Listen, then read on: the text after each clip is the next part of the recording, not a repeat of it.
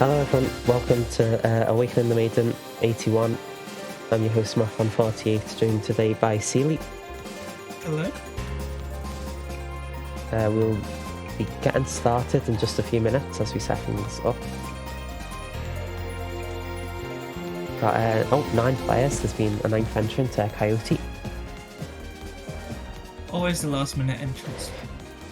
I wonder if we'll have anyone trying to sign up 20 minutes after the tournament started. I will end the tournament sign-ups right now. Not having any of that. Although actually if you do want to play, maybe there is still time.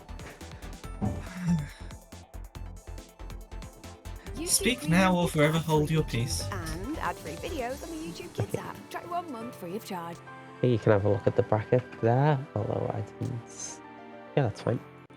Okay, we'll start off with Naturalpoem vs Tome, but you'll have to give me a quick minute. Probably join the lobby. That's a good plan.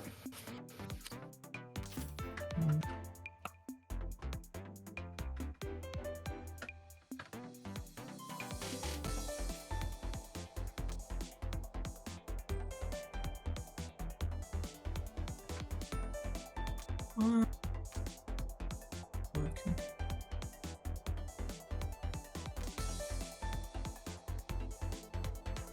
So we'll stream some things for round 2. I'll say we'll do Axemjinx vs Kaiyoti, as well as, since you're here, we'll do you vs Penguin. Although you don't have to be here for the commentary, of course. And then Jahvaro vs... Oh, sorry. No, go ahead. Yep. We'll do a Jahvaro vs the winner of Winners Round 1 off stream, as well as Jahvaro vs Shadowpelt off stream.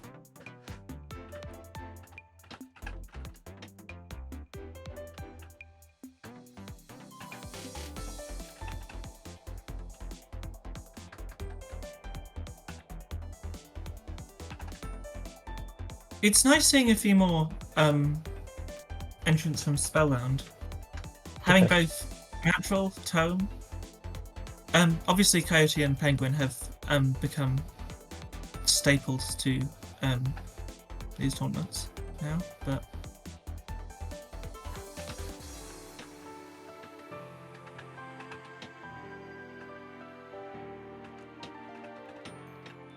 it's good to see them competing, and it'll be nice to see exactly where they stack up compared to the rest of our competitors. Is Tome and Naturalpoem's first ATM. We have seen them straight away. I don't believe it's Natural's first OTM. I think it's Tome's first OTM. I think Natural joined last week? That would be embarrassing because I did check before. Hey. It happens. I might be wrong. I'll double check quickly. I can't seem to remember. Actually, I should probably do the call outs, never mind. Just be a minute. I will quickly check, I guess.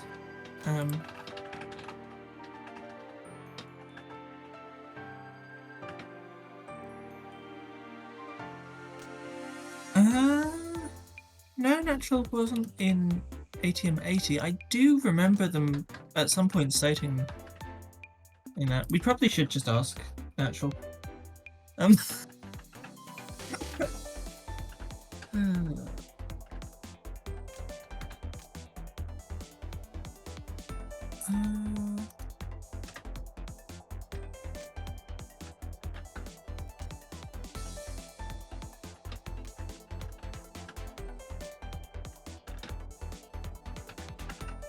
No, this might be Natural's first OTM. I think it is. So, welcome Natural and Tome.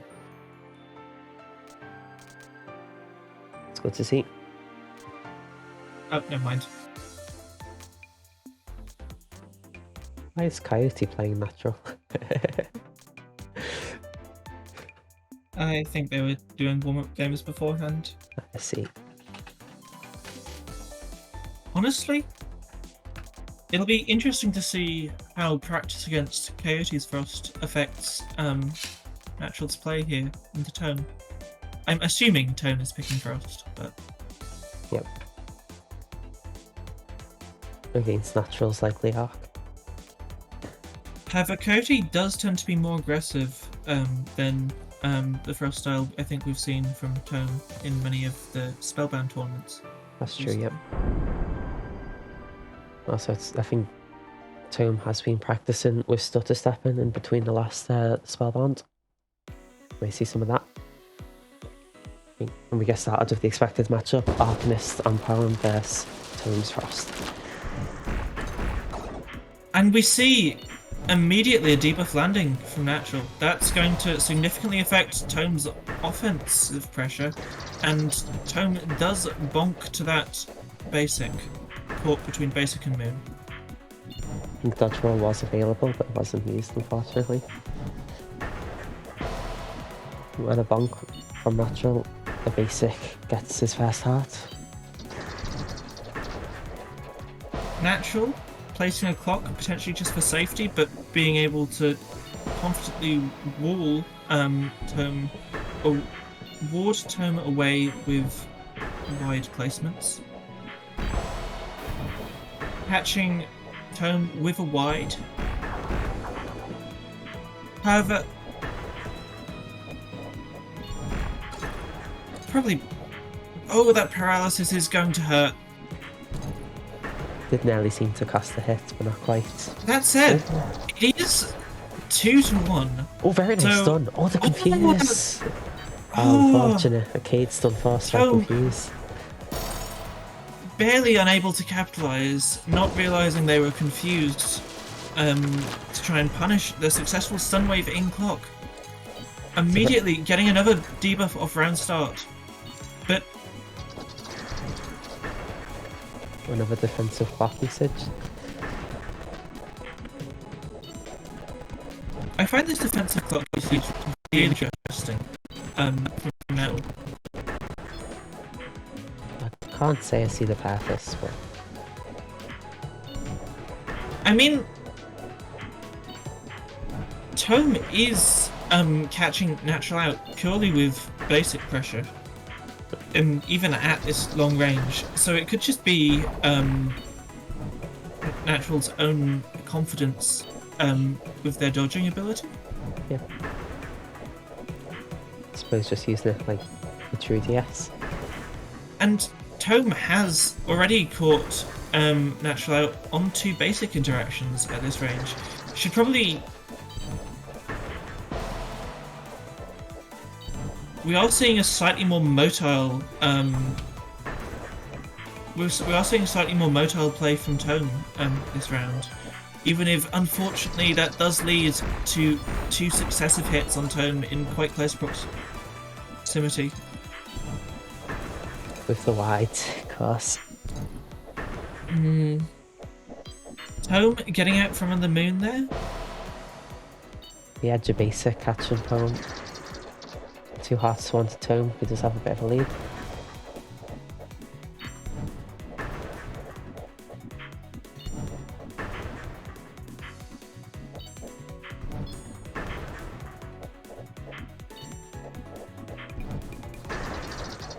Another defensive clock usage, but this time potentially able to catch a roll out if Tome decided to try and get out early from under moon. But it is 1 apiece on what is potentially the final card of game 1. Natural taking game 1 in maybe not confident fashion. I'd say the second But card 2 was hearts, close. 2 cards is still 2 cards. Tome is quite a turrety sort of player typically, so we don't see too many wides.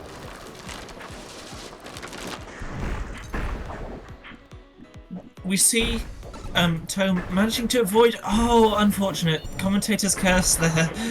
With Tome getting debuffed at round start again. I would love to see if in the following cards and hopefully following game, they're able to make an adaptation to start avoiding these stray debuffs. Confuse is going to really hurt Tome's ability to apply offensive pressures here, and Natural just trying to hold Tome down with pressing the horizontal plane with debuffs, forcing Tome away from being able to manage basic pressure, and unfortunately catching Tome with a wide. This does seem to be a far more confident game from Natural. Again, using a defensive clock to avoid having to do any dodging throughout Tome's basic. Or Tome forced to use only wide as they get hit by a wide themselves. Oh. A fake toxic landed on Tome.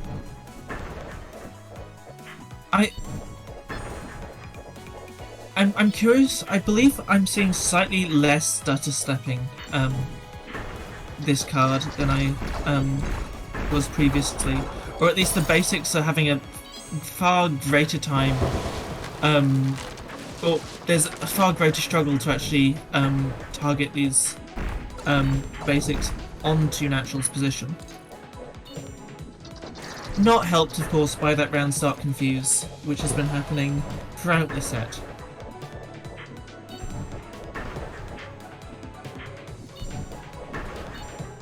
Perhaps an unnecessary roll there, but saving Tome's life.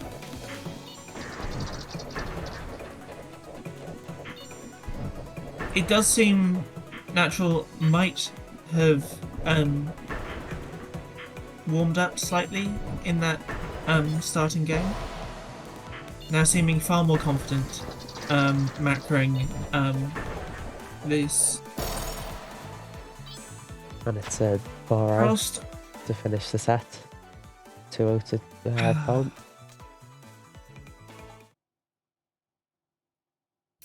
So next, we'll actually be streaming one of your sets, you vs Penguin.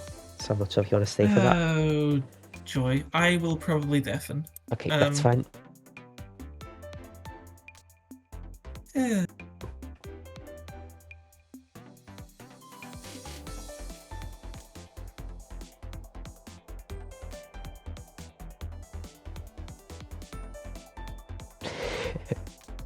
Oh, Kaiyoti is running into Axem in round 1.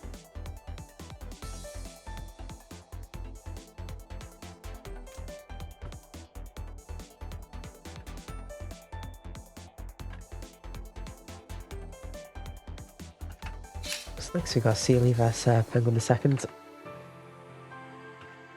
I think these played in a fairly recent ATM, and I think Penguin did end up winning that set 2-1. So let's see what we've got here. We have Worm versus Red Hood. 2 red characters, funnily enough.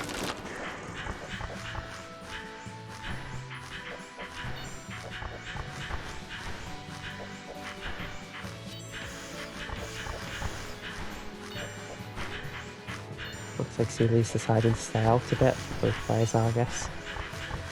Aceli's going in, tries to get hit with a wide, but doesn't. The wide or the basic ends up catching them. Novi fire forced. Oh, and again the outer edge of basic catches Celie as they're running in. I think unnecessary Novi fire, although a bit of safety doesn't do any harm for Celie.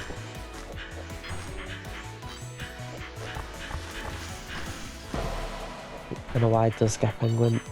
3 hearts to 2 in his favour now. Oh, but another hit brings it even.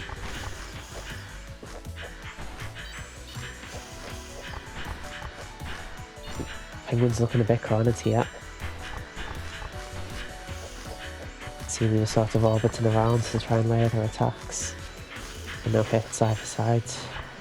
Celie up against the wall, uses Novi air fire for defence. Oh, and a wide catches Penguin out. Celie takes the lead. 2 hearts to 1. Oh, but it's even again. 1 heart apiece.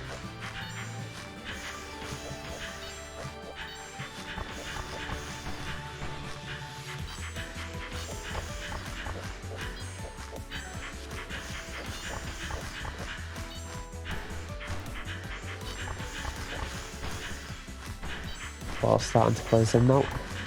No fire fast. Celie's he's looking very rough there in a melee sort of position.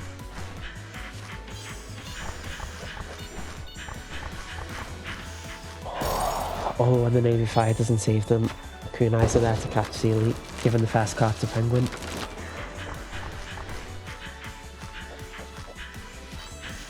Oh, very nice micro from Celie past those Kunais.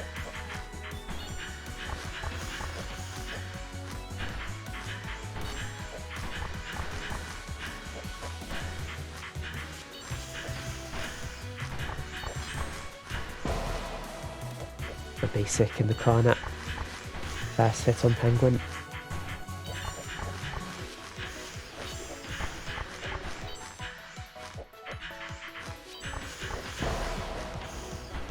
Another one in the same exact corner. Over much later. Oh, and 2 quick hits on Penguin there. Very big lead in this card for Celie, 4 hearts to 1. And they do secure it. 1 card apiece in our first game. Oh, a bit of a scrap there. Celie comes out on top, getting the first heart against Penguin. Navy Fire seemingly fast, or at least definitely advisable, as Celie runs into the outer basic again. Oh, Kunai's there to get him. 3 hearts to 2 in Penguin's favour. Oh, 2 quick hits on Celie. Leads widening.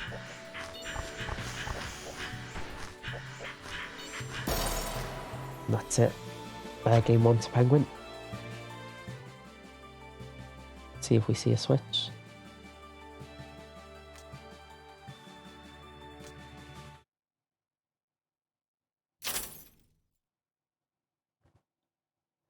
Depth from Celie. Wonder it's red depth too.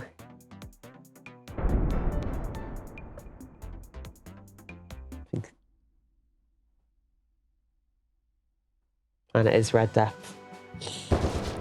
2 different characters, but both red.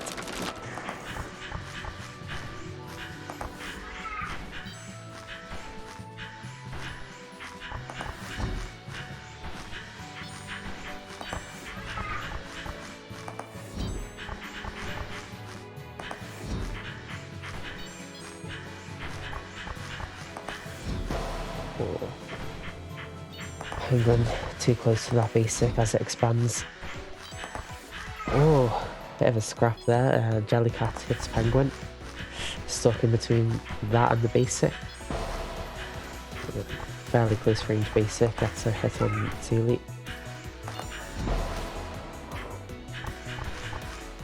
Kunai and basic forming together. Celie runs into a basic.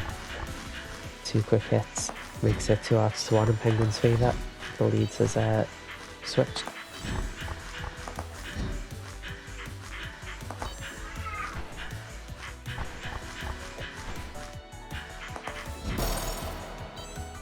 That's the card.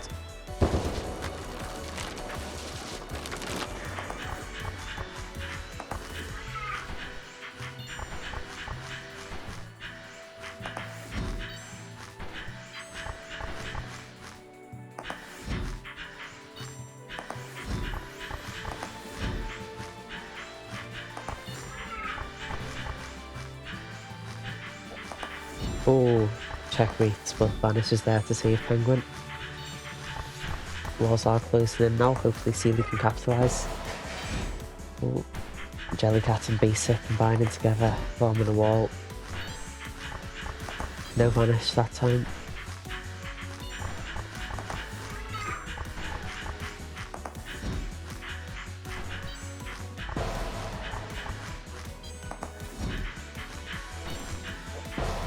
Oh, 2 quick hits on Celie. Again. Oh no, Celie goes in for a bit of melee shenanigans, gets punished for it. Only on 1 heart now, on the last card. What could be the last game? Oh, very tight micro, but they don't manage it. That's the set, Penguin. 2-0.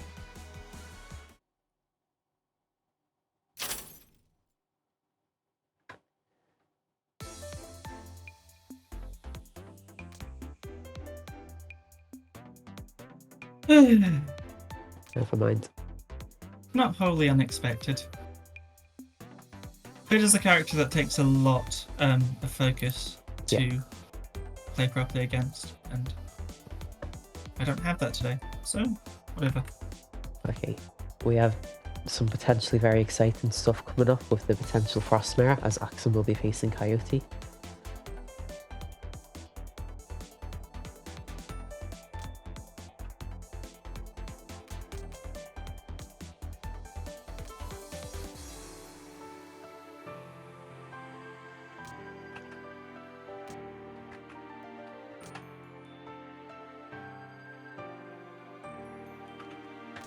Okay, and they're on the stands now.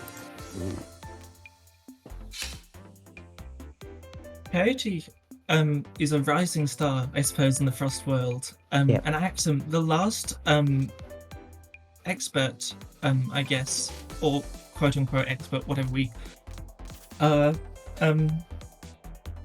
however we denominate experience, but definitely the most recent player to reach what is widely deemed to be an upper echelon.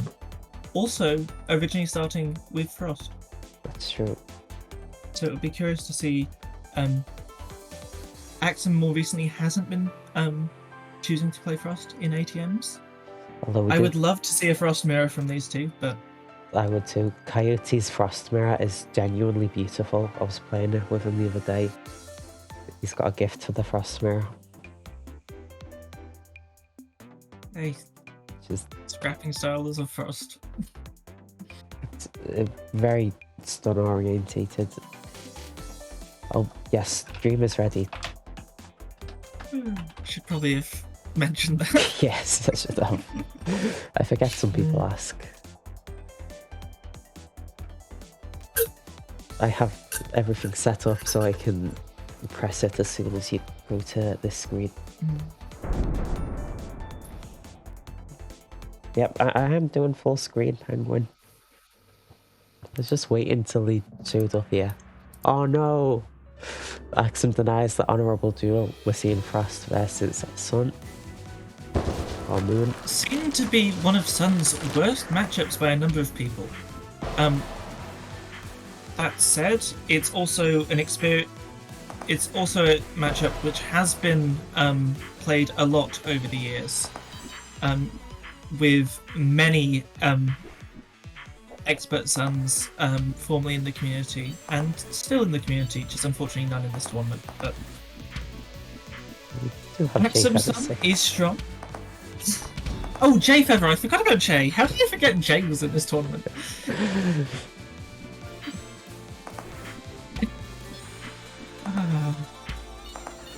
One expert Sun in this tournament, who I'm expecting probably will be playing Sun later, which will be a treat to watch. I think we saw Jay Feather play mostly Sun in the last ATM, except for a tiny bit of Frost. Quickly ended by a death matchup. Oh no. And Kaiyoti just running into wide. Sun is a very difficult character for many players less experienced and less versed with the game to be able to play against, because she requires so much matchup experience and fine control. Oh no, and restraint. Can't always press stun. I'm curious, do you know whether or not Kaiyoti is a controller or keyboard player? Because I don't know. Oh wait, I think they were keyboards, maybe? from my experience, I think controller is generally seen to have the advantage in this matchup. Purely due to the ability to quickly get those angles through wides, and we see Axemjinx cleanly taking game one. Well, there's an unfortunate way to end as well with the stun wave inside of a pancake. Finding the safe times to press Sun in That's this one of matchup them. is... But that's one of them! That is.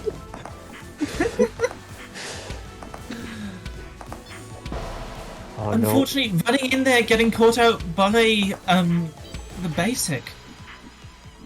I do love a good stunt. Okay, rolls through those Perhaps diamonds. expecting a focus basic there, backing out. Kaiyoti? Oh no. Kaiyoti, unfortunately, rolling into that wide. One of the core strengths of Sun is the ability to place out these long, lingering projectiles, which can have relevancy over a long period of time. Oh no. We see the same mistake repeated. A card to Axemjinx. And Axemjinx making very clear and solid decisions in the way he chooses to dodge Frost Basic. Did you see Perhaps that? a perk. Yeah. What? But then the De-essing dispel through stuff? saved him? Kaiyoti was about to die and the dispel saved him.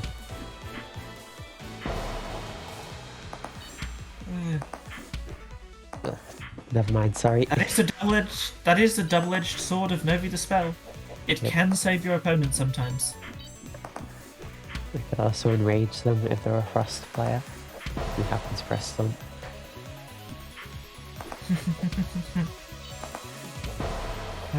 That bug is not one of my favourites. No. Fortunately, we have not seen it this set, and hopefully we won't see it all tournament. Or ever again. Oh, another roll into Waffles there. Although Kaiyoti does have the lead. Oh, nice backing out against those diamonds. Oh no. Kaiyoti potentially just being slightly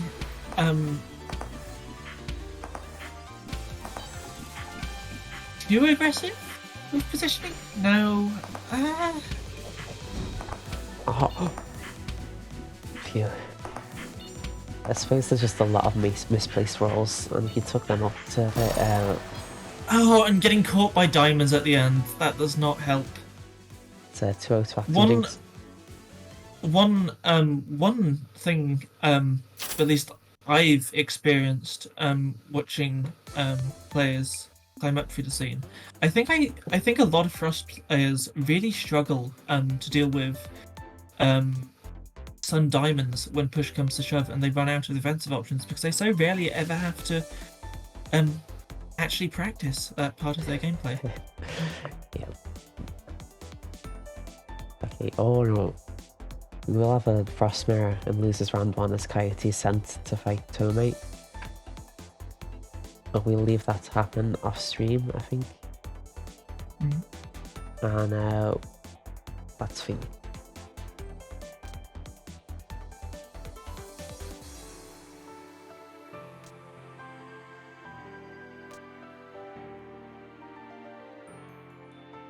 Okay, we should advance with losers a little bit first. So we'll do Kaiyoti vs Tome off stream, and then we'll do another one of your matches actually, first poem. First on stream. Okay.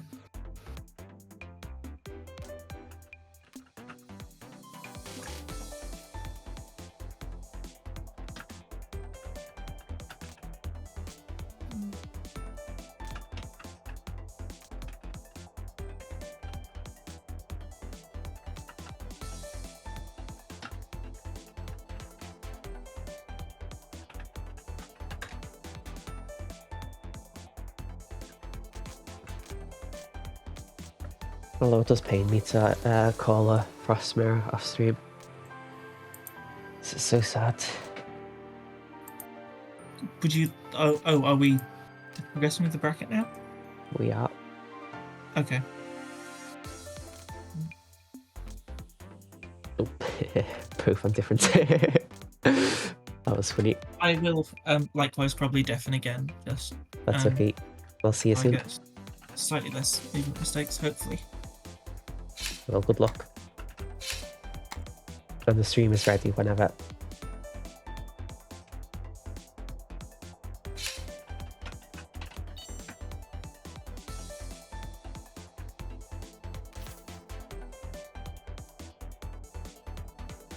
We are dead. You are so mean to the frost mirror. One of its biggest critics. Okay. Oh, sun from Celie actually, and an unexpected bark, although a different colour than usual from Naturalpoem. Oh, looks like a bit of melee scrapping wanted from both players. The clock versus a strange sort of breakfast combo. But Celie does escape the clock. Gets a hit early. And quite aggressively with these wides actually. Very nice walls being formed. Some diamonds combined but no hits. Strange Dispeller can't see the path itself, but some wides do get a hit on Natural.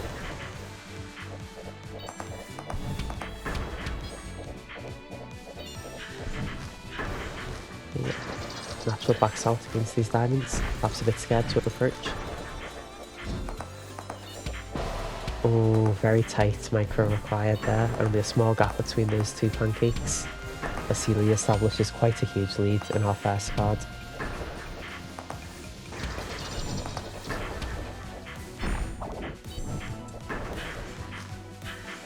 Oh, Natural looks a bit cornered here, and the diamonds do catch them. It's a 4-heart card from Celie there.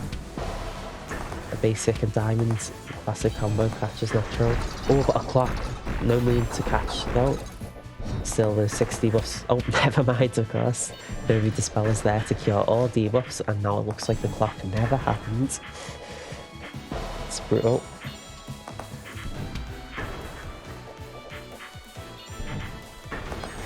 Oh, but another clock. And again, did that clock ever happen? Did we just imagine things? Such a high risk move for absolutely no reward, seemingly.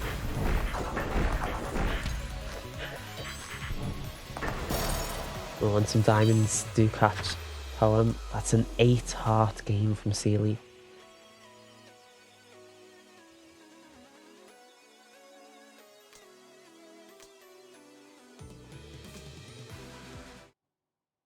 Yes. Celie joins the kingdom.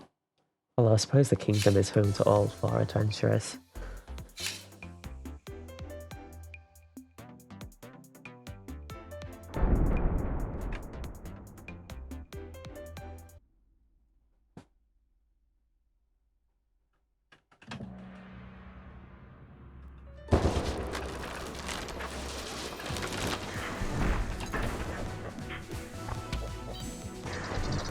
The kingdom's best conjurer versus the hero of the kingdom.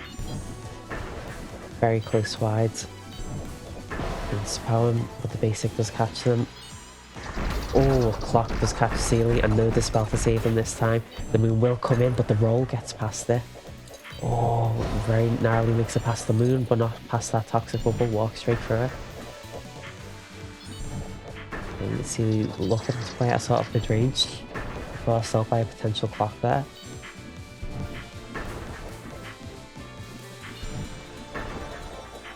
Oh, very nice wides. I think Celie's doing really good with these wides here. Natural went in for a little bit. No stun was available, you see. And basic does catch Celie.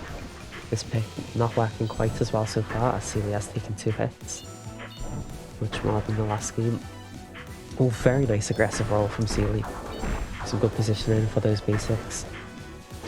Oh, and a stun cancels out the clock more or less. Now Poem will be playing without debuffs for a little while. Celie will be playing with a little less defensive option and a little less offensive option. But the walls are closing in. Celie hasn't done enough to prevent it, as Natural's on 3 hearts. It's looking very difficult, and a sentiment is on screen. Celie does not survive. Perhaps he could have walked into clock, or it did seem roll was available. Oh, nice mid-range basic. Catches Poem. Walls widen a little bit, but it doesn't matter, as Celie loses the game. I mean the cards. Oh, cheeky stun wave attempted. No clock to catch it. I believe in you, Celie. Oh, hi Jahvaro. Are you spectating? Hello. I'm here to provide support for Celie. Very good. And me, And please. Natural. Oh no. And you too, Mothfan. Thank you. No clock. I'm delayed, but I'll see the clock eventually. Oh, there it is. Okay, nice clock. Alright. Max debuffs right now. Gets hit by wide. It's 3-3. You're gonna have to help me out here, Mothman. You can see the future. Yeah, 3-2, sorry. Okay, so from what I can see, the clock is missing. So, Ark is at a disadvantage in the corner. Okay, that gets hit. Jahvaro, I will screen share on Discord. Yeah, let me see into the future about that. I will give you the power.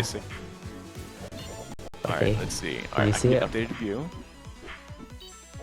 Okay. Jahvaro has been sent to the future. We have Celie at 2 hearts. Okay, nice. Celie gets that card. It's now 1-1 each. The game's gotten a lot more exciting now. Alright, let's see. Clock goes out. Everyone's feeling good. Has commentary support. Basic against the wall. Oh, a nice wide. Another wide.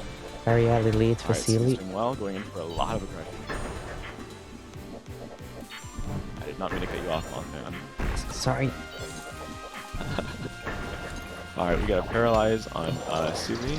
Dangerous PS there. Oh, nice spot dodge. But unfortunately gets hit by wide.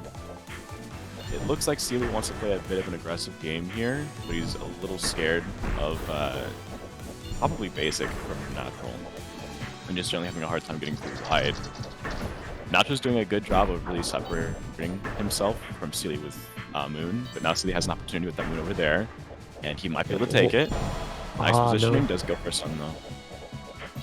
2-2 each, goes for wide, gets the stun. Okay, it does not Kate stun, good. Alright, it's Natural's last heart, this could potentially be it. Going out more basic.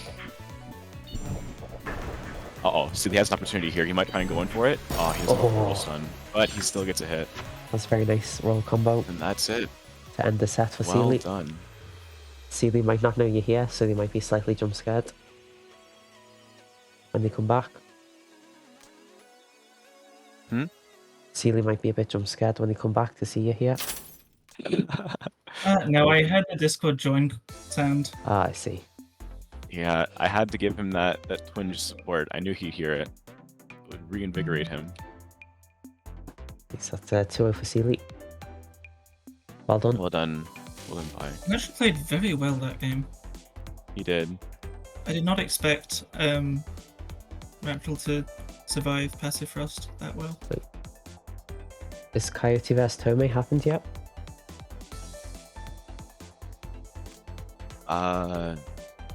I thought it did. Kaiyoti versus Tome? I'm pretty sure that Kaiyoti won.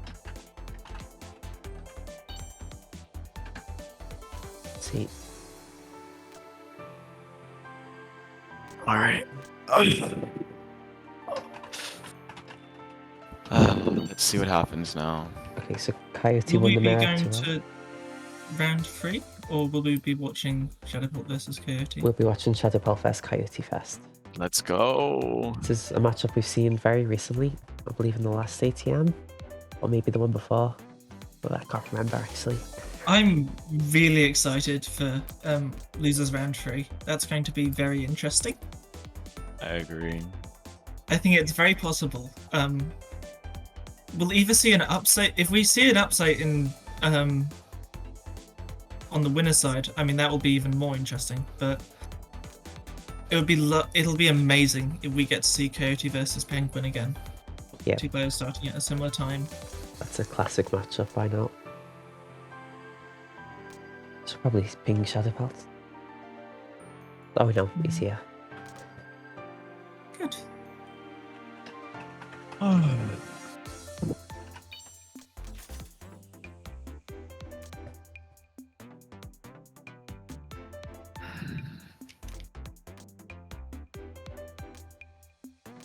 There they are. This will They've probably changed be. that. Unfortunate. Oh, they switched paths over here. That was tricked. So we're likely to see Frost vs Worm, although Shadowbolt maybe could try a different character if they're not interested in that matchup, like Red Hood, which I've seen before.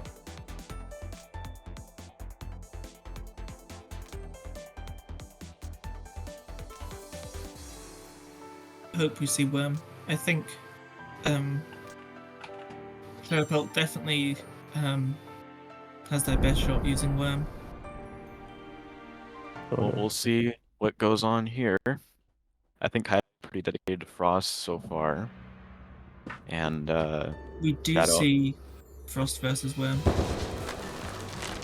This is a very interesting matchup, and some people don't like it. I understand why. But we so far see Shadowpelt kind of taking the initiative here, Kaiyoti being the one forced back and playing a bit more defensive. Shadowpelt unfortunately getting caught trying to approach through that classic Frost basic sword storm. Is that what it's called in game? Sword Storm. Yeah, it's called. Uh-oh. Oh no, Shadowpelt's reaction time is fast enough. Yeah. Shadowpelt has told me before it is unreactable. It is reactable. I react to it. Depends on reaction time. No. Also ping to an extent. Yep. All of these are both If you're in US. close range, you just need to be prepared to react to it. It's true.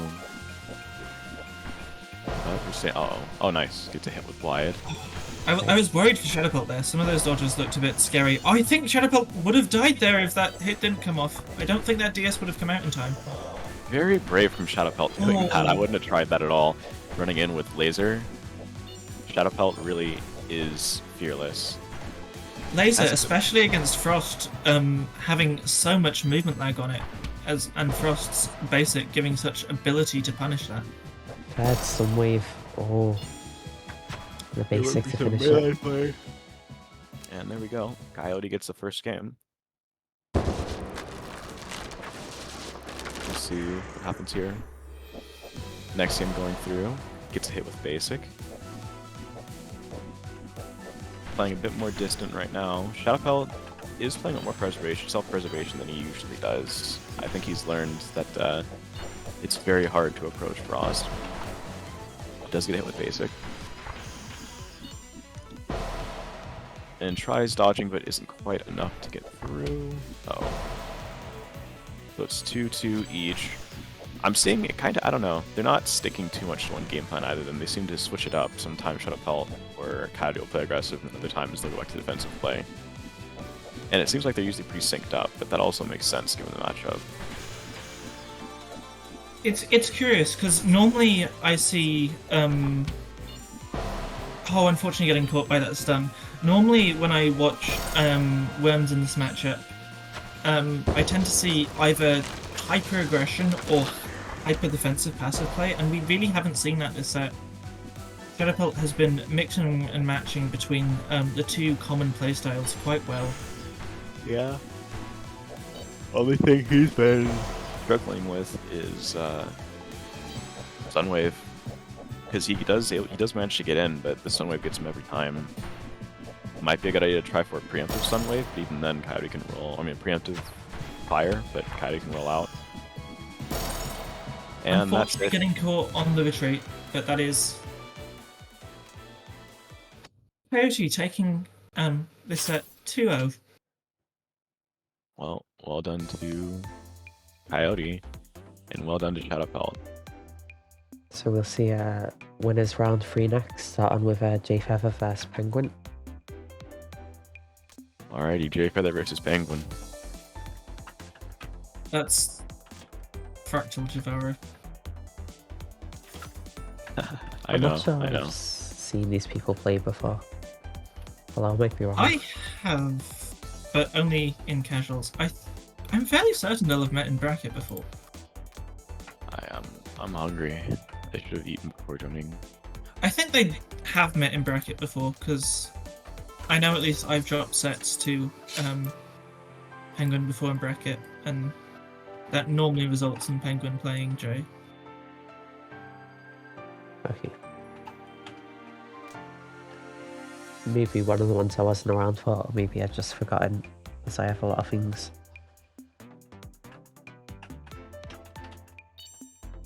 Mothman has a lot on his plate. That said, Jay has said that if he thinks he's going to lose to any character outside of an expert field, it would probably be a Hood. I believe I can say that.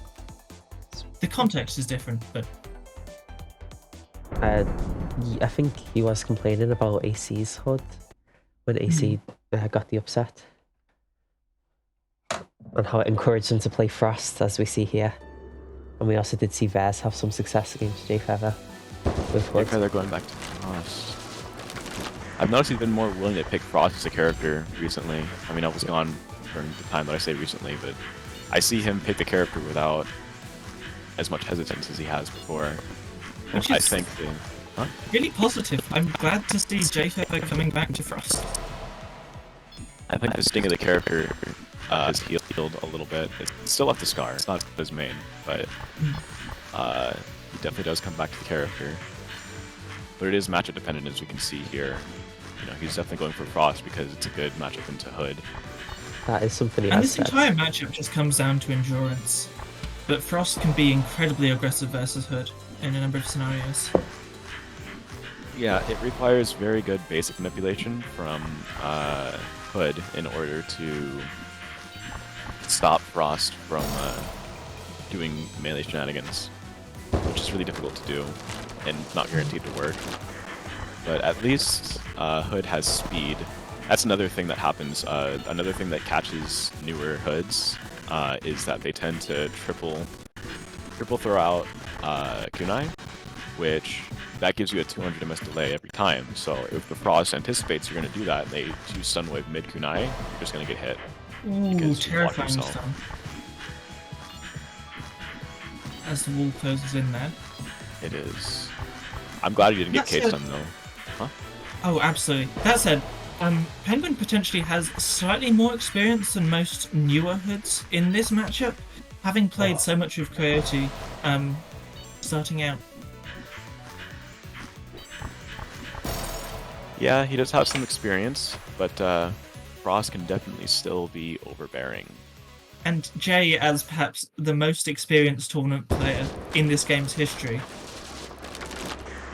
At least of everyone that's active so far, but you might be right just in general. Shadow of, Pelt's like, an option. Yeah, Shadow Pelt is another one too. He pretty much only plays in tournaments, so.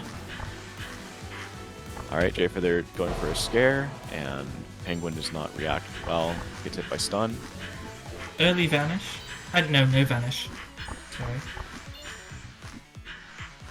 Throwing out more basic. Oh. Jahvaro just being able to stand still throughout these basic shenanigans as Penguin doesn't directly pressure Frost's active area. Unfortunately, as useful and versatile as Basic's aim lock makes the move for being able to create all kinds of long-range mix-ups, it also comes with the detriment. It comes to the detriment of being able to hit stationary opponents, largely. As if Hood repositions even slightly, it can cause Basic to miss entirely. It's very true. And Jahvaro is definitely taking advantage of that. That is another card for Jahvaro. Penguin's on his last one now. But I do believe every card we have seen Penguin take at least a heart. you might be. I don't. Honestly, I don't remember. But I wouldn't be surprised. He is playing consistent. And I like the way that he's playing this matchup. I mean, he's struggling a bit fundamentally, just fighting Jahvaro. But I'm not seeing any fear or second-guessing options. Just going for it. Does get another perfect defensive, which is really funny to see. Going out more basic. They are rotating a little bit. The rotating makes it hard for Penguin to hit. You kind of have to fly with no gauge stun.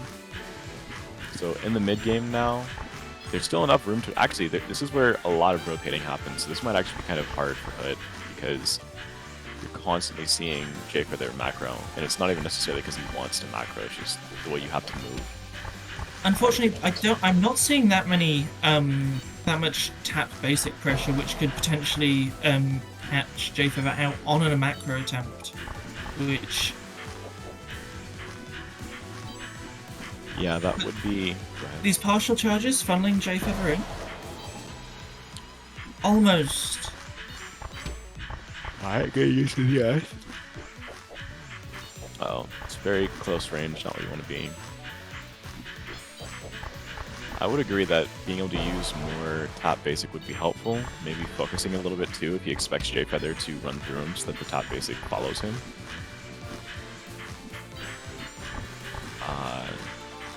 That play earlier by Penguin, staying composed while maintaining entirely within the dead zone of Frost was really solid. Yeah, he's a very steadfast player. He does not get shaken very easily, it seems.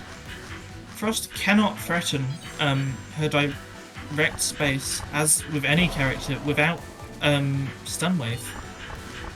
And Yeah. while Stun Wave was on cooldown, it was good to see Penguin just taking time to get out of that situation. If they're going all in, And taking a that's card! Get the card. Well done to Penguin. Bring up more basic. Oh, nice. Okay. Uses Vanish early. It's good to use it early. There's plenty of time to avoid Frost for it to come back up. So it is definitely okay. And Jahvaro is not really looking to pressure that hard right now anyway, so the DS is back up. Going out more basic. Unfortunately, some of these setups just are missing the confirm to force Jay to either use a defensive tool or micro. But that is the trouble with Hood, as ever.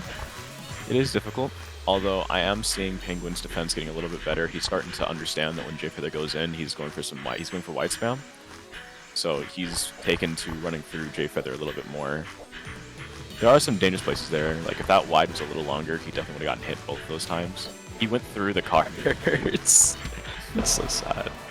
Gets hit with basic. It's definitely clear that throughout this game, though, Penguin has been adapting and getting used to Jahvaro's basic habits a bit more this set.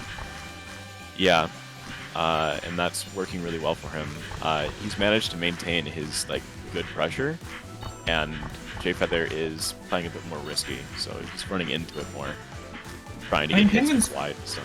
playing well enough that I think Jay would struggle potentially if playing a different character, even.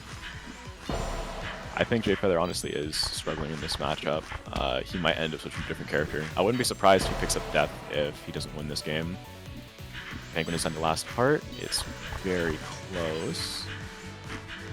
I would be surprised to see the Death pick, because I don't know how Jay feels about consistency, given how difficult that matchup can be. But sure, anything could happen. It is, of course, still favoured to Jahvaro at this stage, with Penguin only having one heart left. And min walls, and unfortunately catching wide there, meaning we aren't going to see a game 3, and Jahvaro takes the set 2-0, but with a commendable performance from Penguin, especially in that second set. Yep, well done to Penguin. So we'll move on to you, Jahvaro versus Axemjinx next. Alrighty. Wonder if we'll see the death. Very well done to Kiriko. Or not Kiriko. Very well done to Penguin and Jay. Also, I did quickly check the MNSDB and there's no record of Penguin versus Jahvaro there. Although that's not a perfect database, so it might have happened to one of Nico's tournaments, not on that.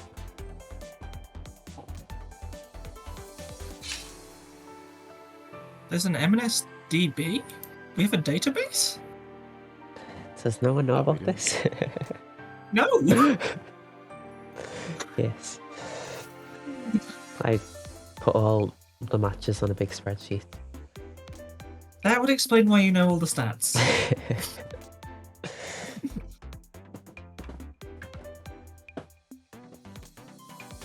I think it's pinned somewhere by now. I haven't been able to find it in the server. I think it's in matchup discussion somewhere. Oh, Roxy's here. Roxy is indeed here. So many good Frost players here from so many generations. Oh, I should say stream's ready. I forget Axem usually waits.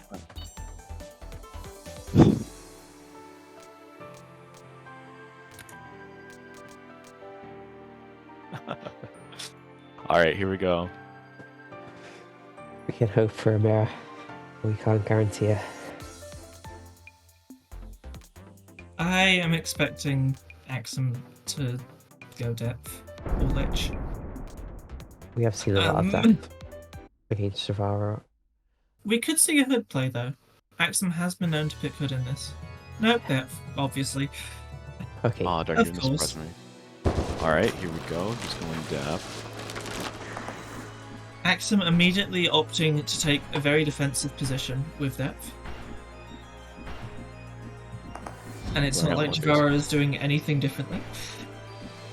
I think Axem's depth has improved quite a lot since Jahvaro last entered one of these. So it might be a bit harder this time. I would say Axem's depth definitely feels to be the most defensive of the experts who picked up depth at some point, normally to counter Jahvaro. It does Not seem just to counter me. Uh-oh.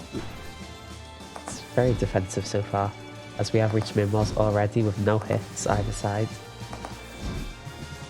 Jahvaro constantly moving through these basics. I find it interesting, Axem even choosing to avoid using DS in most scenarios, perhaps just saving it. Such nice movement When between two He bubbles. really feels threatened. The shotgun coming out and actually getting a hit. Slightly more did. risky play. Oh. Oh, jeez. The basics are so threatening just on their own. I can't get around them.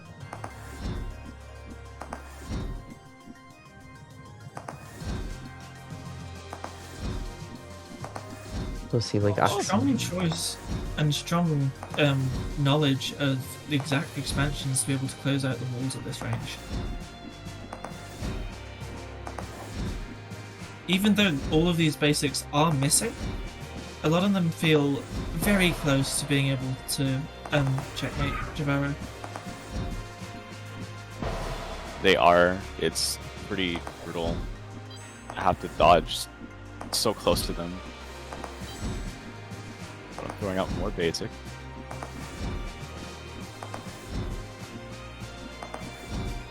And that is the first time Axem has messed up and actually got hit by Jahvaro in any situation in this game, which is honestly really positive due to it perhaps only really coming out of post-hit invuln.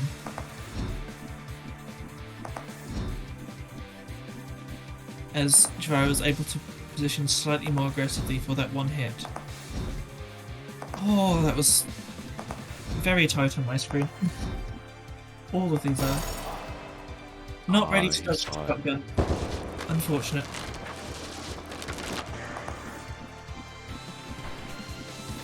Alright, next card, starting out with more basic. Have the whole field available for avoiding depth projectiles. It will be very useful for me because it's very hard to dodge depth, but I also don't really have any way to shoot at him directly. So we're rapidly approaching the mid game. No one's taken a hit yet.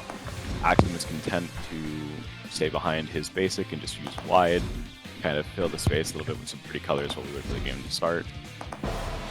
Yeah, Early it hit. was a little tight there. Oh, but he makes a mistake with his movement. And being stuck at this mid game is potentially really, or could be detrimental for Axemjinx. Of course, Depth, famously a character that can just slow down the pace of the game if they so choose, which obviously Axem is choosing to do in this scenario. And Jahvaro, I can't say Jahvaro isn't also culpable for slowing the pace of the game. I'm playing. Oh god. As aggressively as possible in this situation. Oh. It's just a dangerous spot to be. Unfortunately, just caught out there. Yeah. I thought I'd have a little more space. I thought I was gonna get hit there too. Going out more basic. Oh god.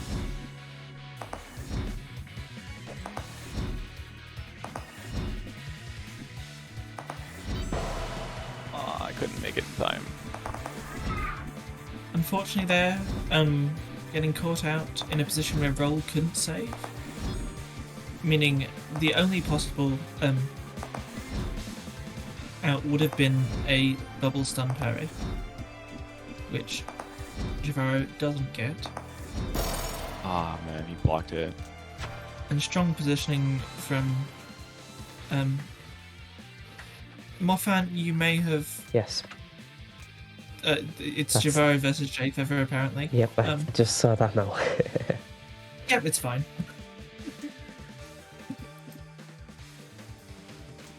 Axem taking this at 2-0. Oh no, it's still the first game. Yep, that was a very long game. But I keep forgetting. Here, I'll go back to the thing. We haven't seen too many games truly make it to minerals yet this tournament, so pacing. I'm doing my best.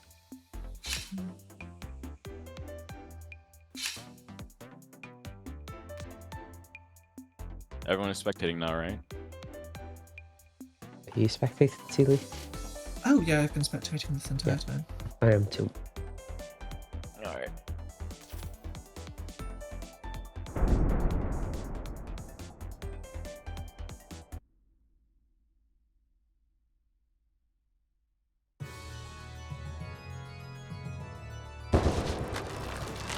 I'll try this again. Same strategy. Basic coming through right from the center. I'm surprised I didn't get hit there. I made a mistake. It's very tight. It was very close. Axem again, content to stay in the back. Oh. These whites potentially trying to wall up that setup, but no, Axem choosing to lay off offensive pressure and instead just rotate round. Does get hit by basic though, makes a bit of a mistake with this move. That's what I'm hoping for, is that Axem continues to make some mistakes with his movement so I can hit him with basic. He is playing definitely by the back, trying not to rotate as much, maybe because he doesn't want to deal too much with layered, unfocused basics that are going where he wants to be. So I can understand it. Ah, the wall pushed me into it. Unfortunately getting caught on the tip of the bubble expansion there from Jahvaro. Yeah, Making this even. As even as the Depth Frost matchup can be said to be. It's certainly a difficult matchup for Frost. it is indeed, but it's a fun one. I like it a lot. Some of these basic angles are really very utilitarian from Axemjinx. Good way to describe it. Going up more basic. Oh, Axem gets hit.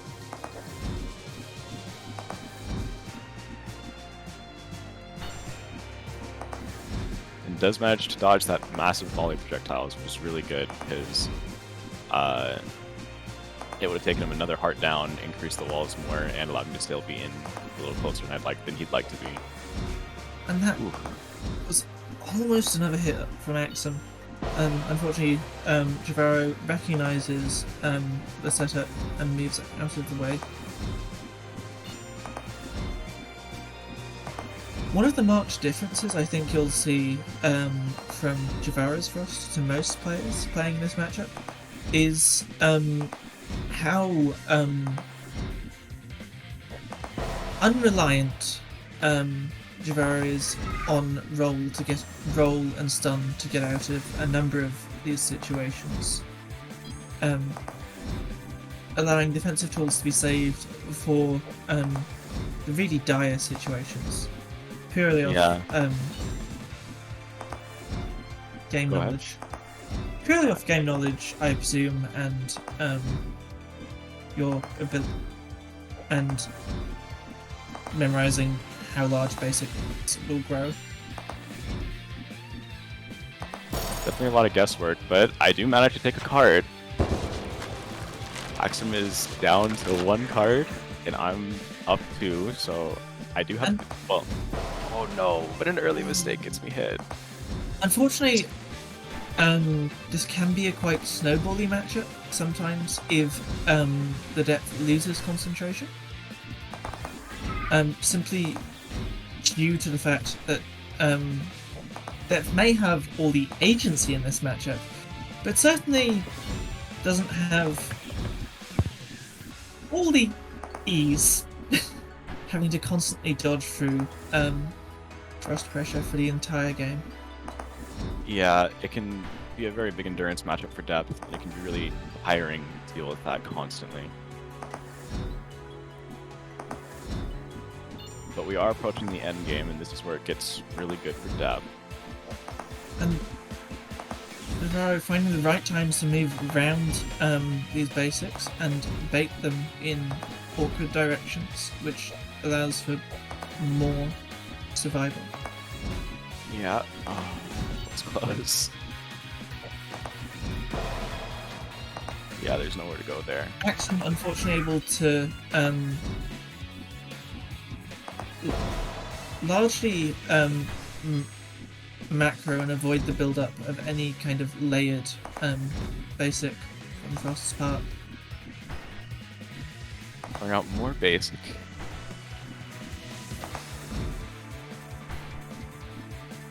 Oh, he's going for a little bit wide now too. This is dangerous. Oh, he didn't go for shotgun. Still no shotgun. Goes for basic. Ah, he tricks me out.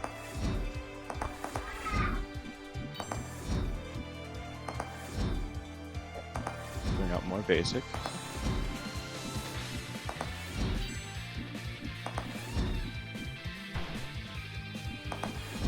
It's 2-1 right now, both in cards and in hearts.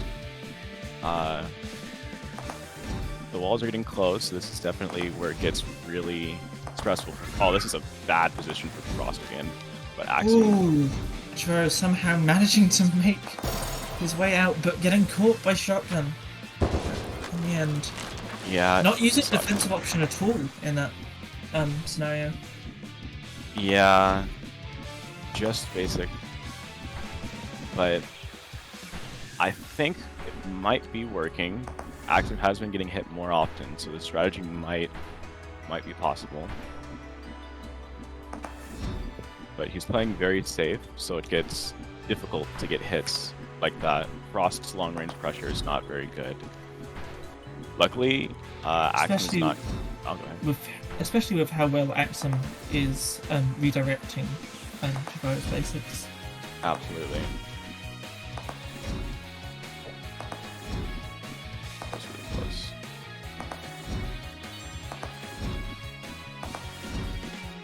We do Alright. see reaching win walls, both players at all 4 hearts, but getting caught out by that shotgun setup again.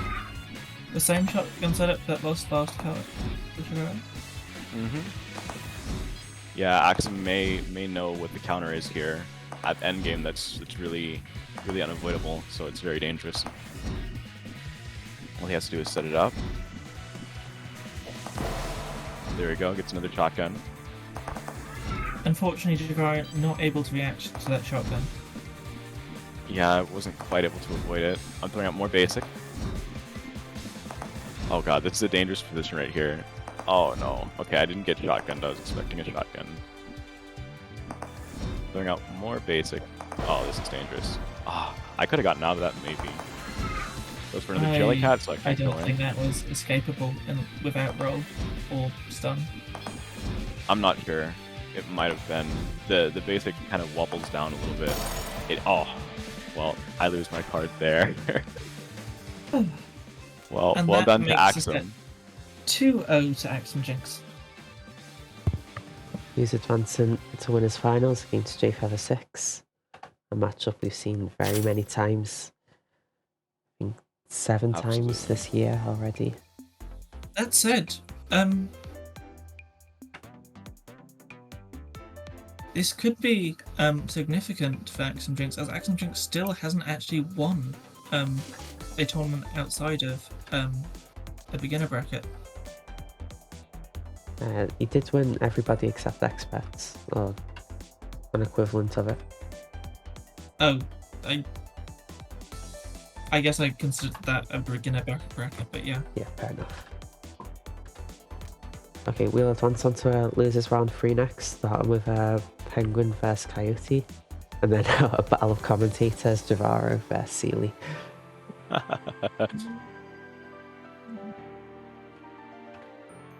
Because I need to win if I want to play every character in the game. It sucks that none of these sets have gone to game 3s because I want to play every character at the tournament.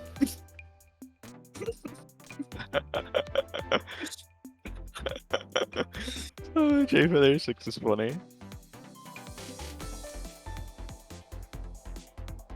I'm surprised I survived as long as I did against him. Wait, why did I ping Jahvaro? I meant to ping Kaiyoti. Oops. Yeah, Kaiyoti just needs to probably wrap up this game with natural.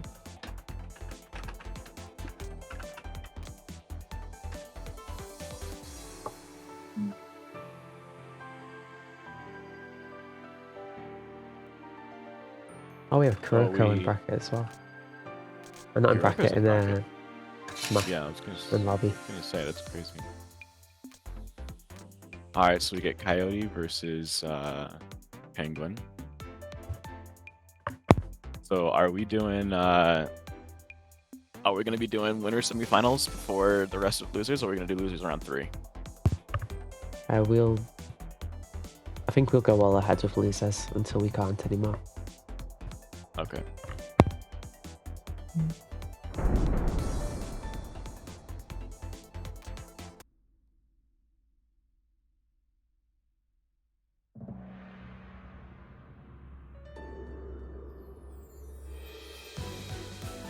You see both these characters going to their mains immediately. I know Penguin has been experimenting with playing depth in this matchup long term, but perhaps doesn't feel ready to bring that out in tournament yet. I think his hood has been doing pretty good against Frost. Like, he was definitely giving Jay some trouble. Kaiyoti Absolutely. It's a matchup that I think Penguin can play, just I know long term. Yeah. Oh, dangerous here. Getting hugged very hard by Kaiyoti. I think what would help him out here is some more mix-ups on kunai and basic. Triple kunai is predictable, but single kunai followed by top basic is a little scarier. Kaiyoti managing to space out that roll very well to be able to get into the dead zone of tap basic after rolling through that single laser earlier. It was good, and then oh, Wyatt catching out Penguin, perhaps panicking in the corner slightly. it was good, and then Kaiyoti definitely taking advantage of those dead zones. Goes for a single tap kunai. That's tap basic kunai. Going up more basic. Dangerous position to be in. Yeah. And tries- unfortunately, the wall closing does actually force Penguin into the stun. Yeah, it does. It's really unfortunate. Alright, goes ahead and uses DS. Throwing out more projectiles. Manages to get a hit on Kaiyoti. This is an advantage that he wants to maintain. He needs to maintain mid-distance. Oh, but Kaiyoti gets an N. But now abilities are lost. Penguin a little scared to approach because of wide. Needs to be really careful. Very risky there, but does get out and manage to hit Kaiyoti. Kaiyoti is currently experiencing the struggle of trying to push Hood. Hood with just a little bit of distance while backtracking makes for a very dangerous top basic. So he needs to be careful of that. It seems like Penguin is figuring out a little bit better how to force him to get hit by those. He does get hit by wide though. being pressed up against the wall has been very bad for Penguin so far. He's struggled a lot when dealing with it. Had a lot of near escapes and a lot of hits. Penguin does appear to, when pushed against the wall, default to trying to macro out of the situation rather than run through first, which is causing Kaiyoti to get a surprising number of hits with wide against the wall. Yeah, he needs to start running through, I agree. Although the very scary thing is that Kaiyoti is adaptable, so once he starts doing that, he's going to realize it's an option and start going for basic. So, True, though there's very, very little Hood can do, apart from be able to immediately pre-dodge basic. yeah, you have to be very good at reading if you're going to be pushed against the wall. And You need to be very good at reading in this matchup in general, to be honest. I would For say both so, yeah. sides. I got more basic. So far, Penguin's got Kaiyoti on lower health right now. Kaiyoti really pushing in, but again, that Ooh, good partial back charge managing to melee Kaiyoti though. is very good, and Kaiyoti is definitely doing some backtracking here. Does get hit by wide. Penguin taking game 1. Well done. Penguin has a very strong throw here.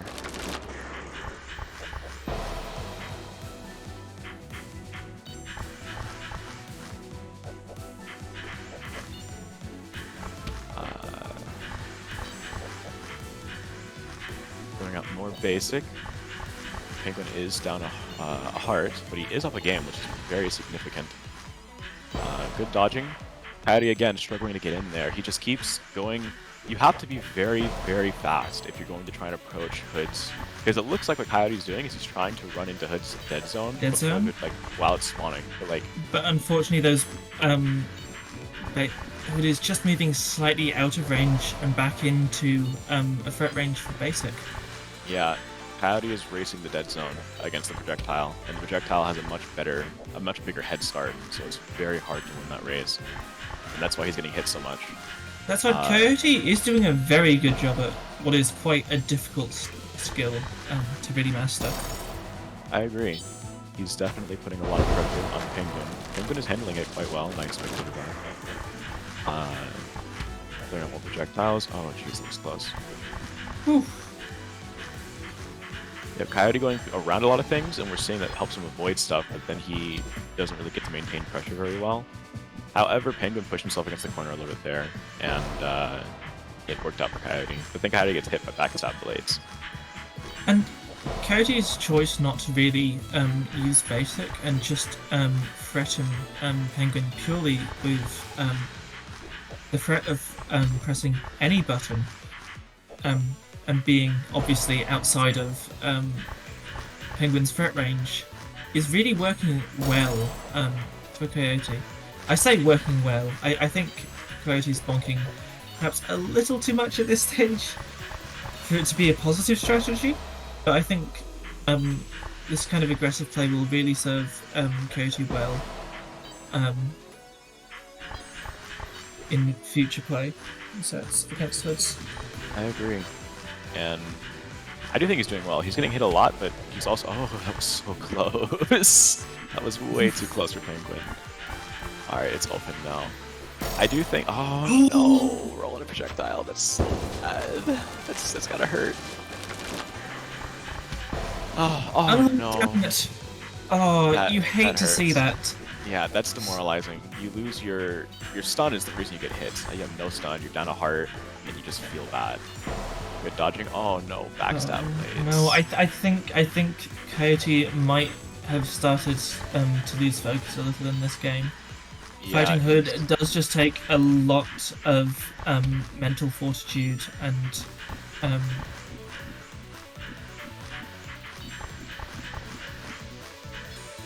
I agree. It's very, very mentally it's a very taxing. disciplined matchup. You need to hold your thoughts accountable constantly, because losing focus, even briefly, due to the amount of pressure, that brief moment is more than likely to be the wrong time to lose focus. Yeah, I 100% agree. You definitely need a lot of focus to play this matchup. And oh no, I hit with a wide. It's just that with Hood, especially Hoods that are good at dodging like this, it feels like you always have to take advantage of every opportunity you can. But if you neglect anything in order to try and like, if you take any shortcuts in this matchup, you know, if the Hood is not going to hit, the Hood is not going to get hit. And if you try and force it, that's how you end up getting hit by backstab blades. And that's it. Penguin takes it. Penguin takes it. 2-0. We haven't seen a match actually go to game 3 yet, this entire tournament. Even though we've had some very close sets. Yeah. It was really, honestly, it was really good from Kaiyoti. He had a very scary showing at the start, but it seemed like Penguin's able to adapt. It looked like to me, I could be wrong, but it looked like to me Kaiyoti was starting to recognize he was getting hit a lot in like the first game and started going for, it looked like a bit more wavy, almost S motions against basic. I think he was trying to adapt while also trying to like optimize hitting Hood at the same time, and that's really hard to do. It's one thing to just mid-game especially mid-game in tournament. Yeah, it's definitely one thing to have a strategy and use it against Hood and stick to it. It's another thing to try and adapt to it while also trying to play, also trying not to slacken anything. You know, it's very hard, and it was working well for Kaiyoti, I think, but just too much mental stack, I guess. Okay, next we have you two fighting against each other. Alright. Commentator clash. Oh, who the hell do I play?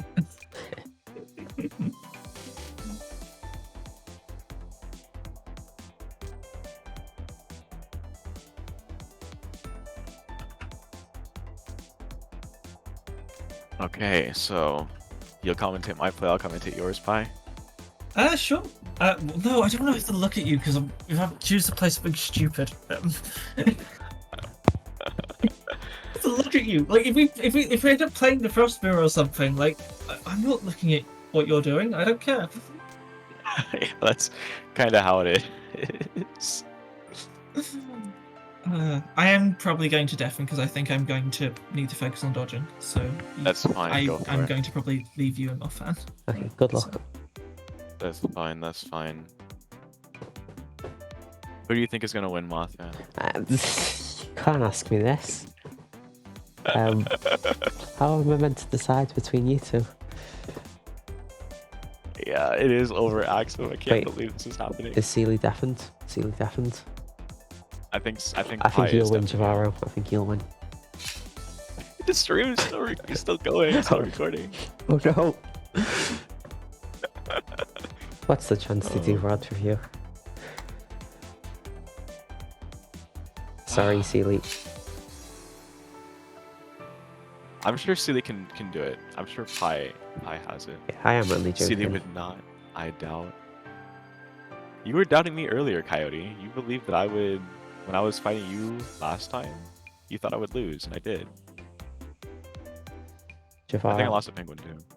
I'm predicting you might have to fight Worm here. Celie I might is have to known fight Worm? for this. Oh. Oh, phew. That phew. would be dangerous. I'm not sure if I'm ready for Worm right now. No, it's Hood. It's Hood. Oh, I found that out so much earlier than you. Yeah, I did not know. But so far, Pi is going in for it. I'm dodging basic. Hugging that wall so far. Oh, never mind. Okay, there's a lot of projectiles on screen, which makes me a little nervous. But I'm throwing out my own projectiles.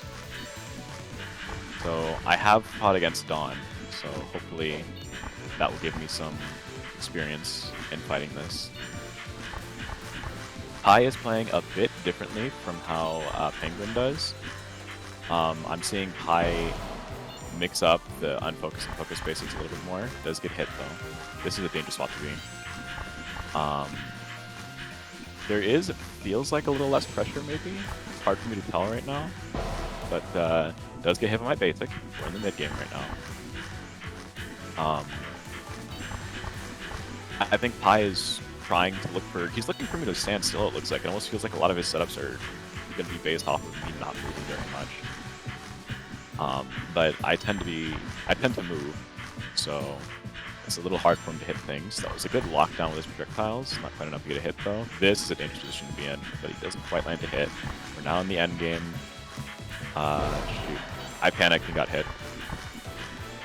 Sometimes panicking works, but it's like a low chance.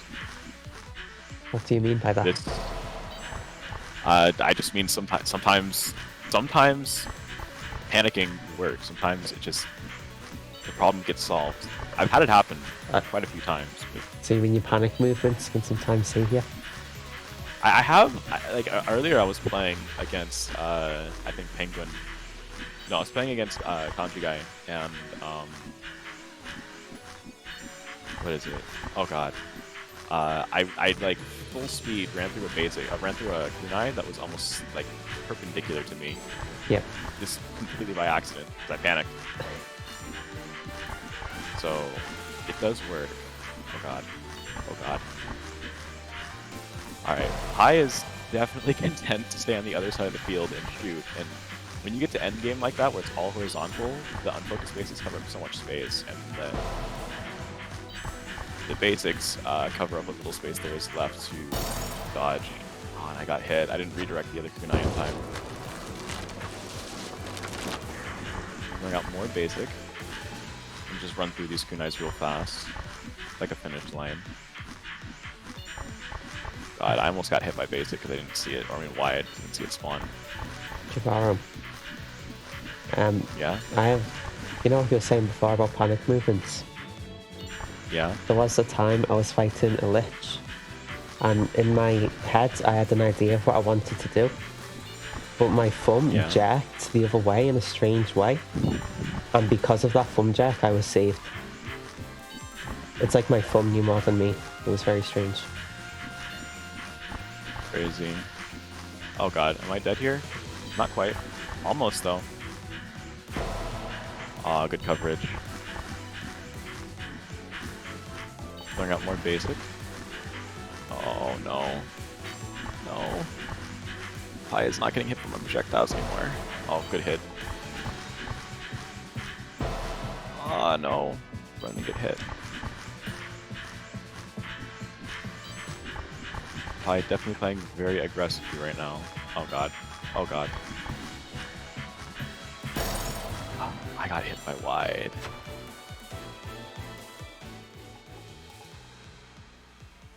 So that's game 1 to Celie. I let too much tension in my arms.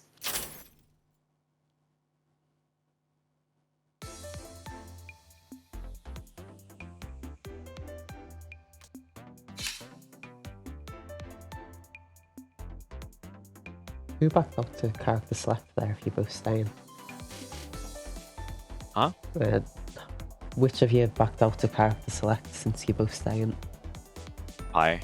Okay. Strange maneuver. His arm is too tense. He has to release some steam from it.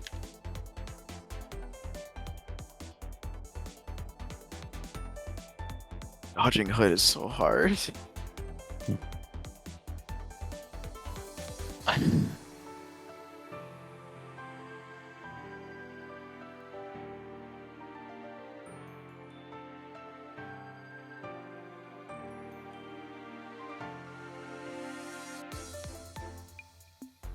Alright, Pi has opted to take a little break.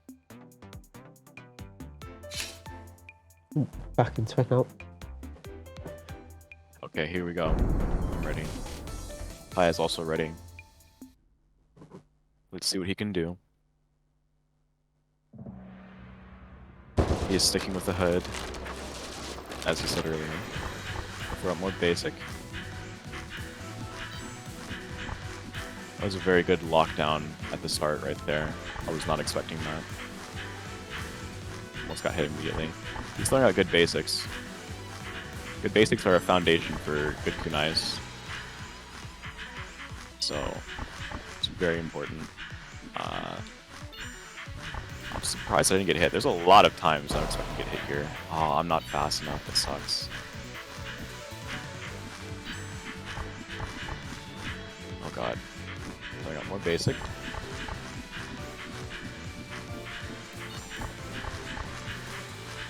Pi definitely not getting tired out just yet.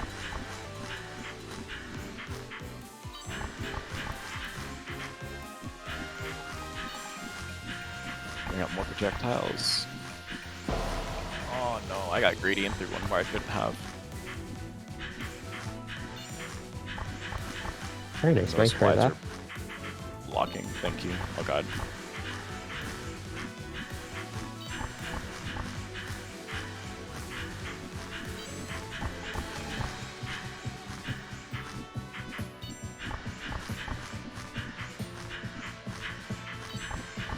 Oh, that's so dangerous. I didn't see it, I couldn't see.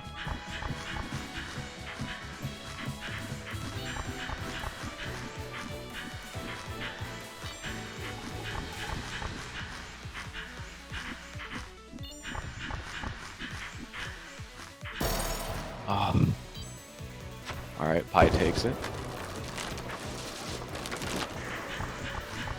Throwing up more oh god, more projectiles. Okay, managed to avoid it.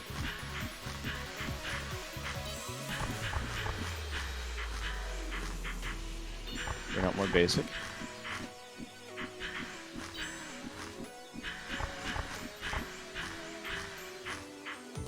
Oh my goodness.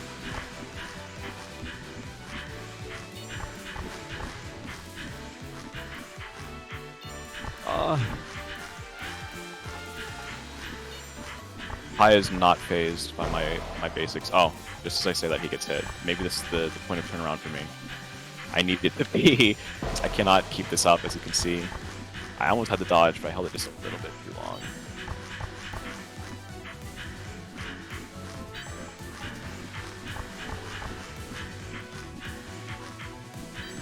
I got more basic. Oh.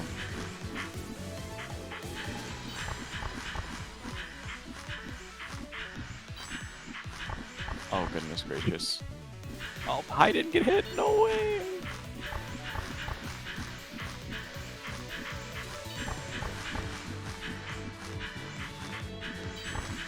Oh. Unrelenting pressure. Okay, there we go. Pi finally gets hit. I have to hug his projectile just to avoid. Oh, goodness.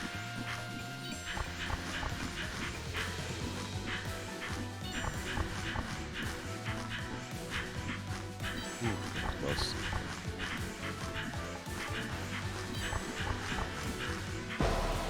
Okay, Pi gets hit. That's good. Good for me anyway. Bad for him. I'm sure if he was commentating, he would say the same. Oh. Okay. Throwing out more basic. Oh!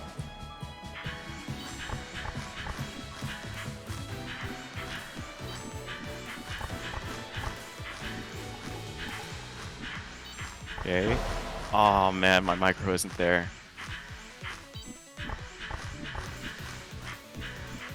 Against the wall is not where you want to be in this matchup. Throwing out more projectiles. Ooh, I saw that just in time.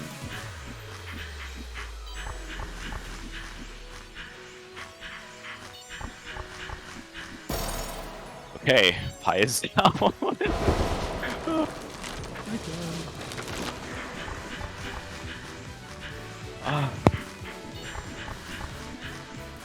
Okay, throwing out more projectiles, more basic. Oh goodness gracious, this sucks. Did I manage to dodge it?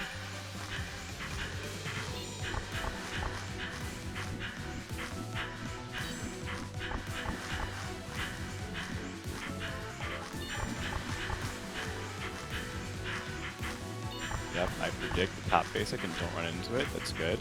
However, almost made a mistake with the redirect there. Throwing out more projectiles. Ooh, that was a crazy, scary dodge.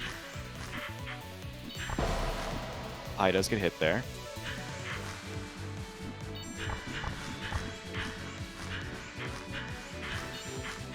It's very hard to see.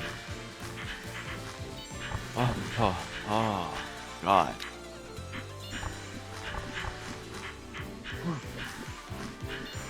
Oh no, it lied to me. It lied to me. That sucks.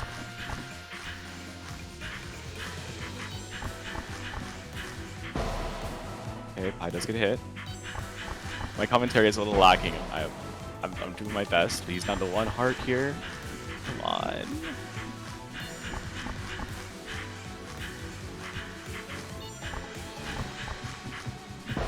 Oh man, backstab was a little greedy going in that close.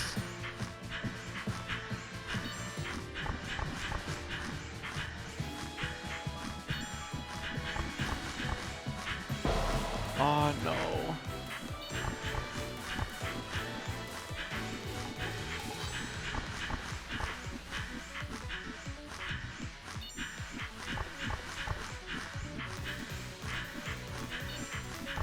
In the corner, traveling on the bottom of the screen. I'm throwing out more projectiles. Okay, this is a little scary here. Oh, but he's in the corner again. Maybe, possible. Maybe not. Okay, I survived. I survived.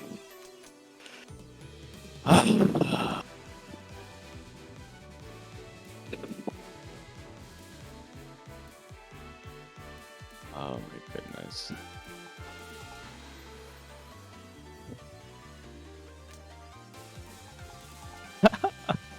Definitely.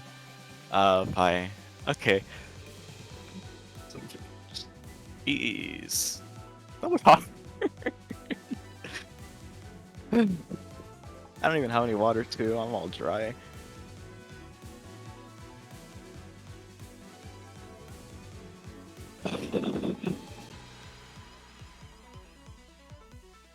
Okay. Staying frost.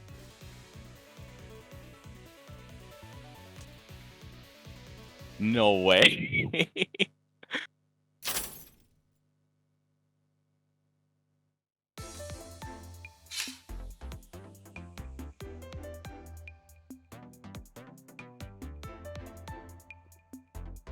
Depth switch.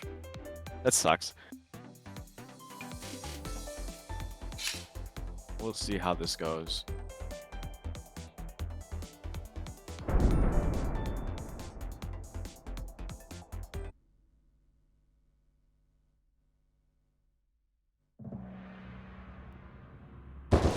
I believe. I don't know who I believe in, but I believe. Alright, similar start to Axem, but not quite as far in the corner. Celie is just going in, using a very similar strategy to Axem, actually. Ah, and man, just hit me. I wasn't quite fast enough. Definitely taking a note out of Axem's book, and I understand it, because that's what worked last time. However, a bit more liberal when it comes to using abilities. Is pushed against the corner.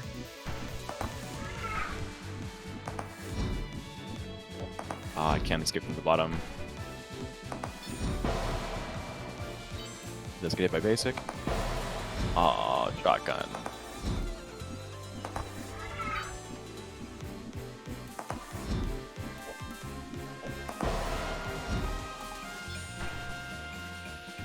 Bring out more projectiles.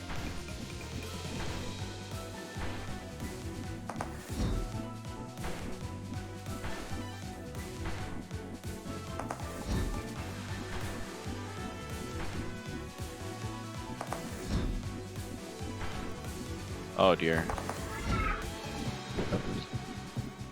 Yeah, I saw that. I predicted the Jellycat was coming. I was really scared that it might have just been a basic or even a shotgun, but luckily it wasn't, so I survived. He's now pushed against the corner. However, he does manage to avoid it and does get a shotgun. I couldn't quite hit him with anything else. Throwing out more projectiles. We're in the mid. Yeah, I'd still say it's the mid game. It doesn't really abide by early, mid, end game very well because it's kind of wishy-washy given the boundaries, but it counts. He does get hit. That's good because that could have been the setup right there. Going for shotgun, doesn't quite hit it. Doesn't use the projectile there. That might have hit me too.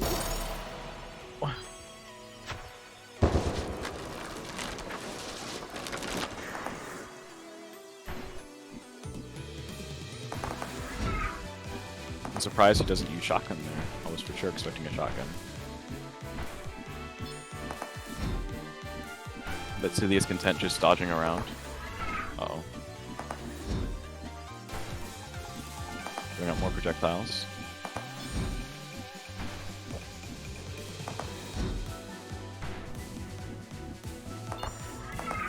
No shotgun, thank goodness.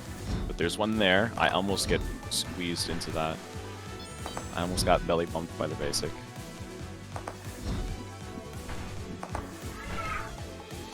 Oh, he doesn't pop it. There aren't more projectiles. Oh, he gets hit. That's good.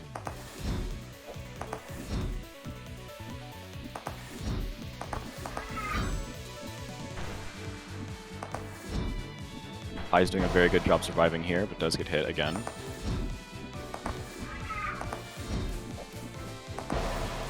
Oh no, he gets hit again one more time.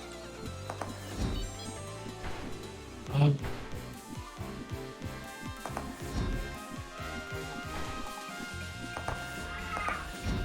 Okay, good. He doesn't read that with a shotgun. Probably like had a little long, gave you time to get through it. Ooh. There are no more projectiles. This is dangerous. Yeah, goes for a shotgun just like Axem. Taking notes. But he does get hit by a basic that follows him. I was really worried about shotgun there, but I took that risk and it worked out. Goes for an early shotgun, doesn't quite land anything. Not quite enough to get a hit. In an awkward position for sure.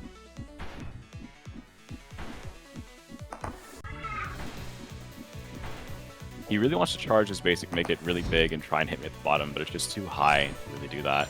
It at least did cover and keep me at the bottom. It stalled the game out for sure, but it didn't really accomplish the goal that he was going for. Oh no, a bonk gone wide.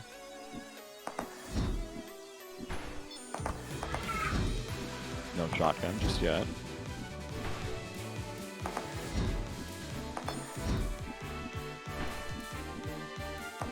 Oh, okay, scary.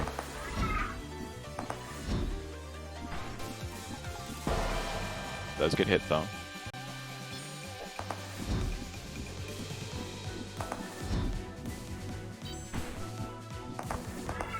No. Oh no. That was a misinput, but I guess the cat's out of the bag now.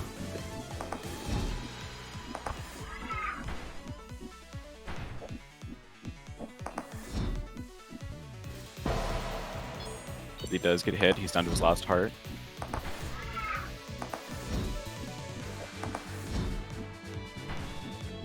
Oh, that was so close.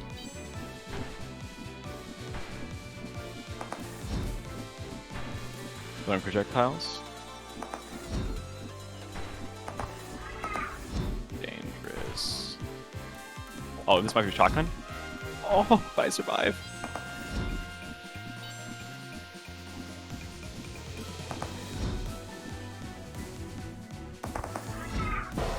Oh no. So close. Oh, okay, he makes a mistake and uses shotgun and that's it. Oh my god. Ah. Well done. Good games. Very good games. It would help if you used DS, but good games. Oh my god. Yeah, well done, Pai. Oh.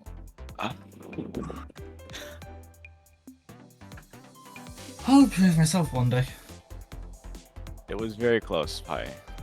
Very scary set of games. My heart is really going way too fast. I don't think either of us can commentate after that. That was... I am tired. We'll take I care. was... Oh, sorry. I probably should have picked it from the start, but...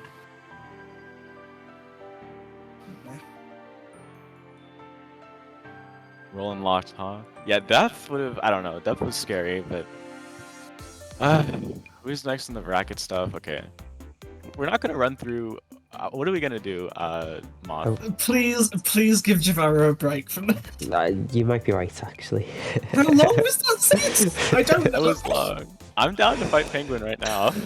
Okay, we'll do winners first. You are right there, but we'll have a quick break before that for a few minutes.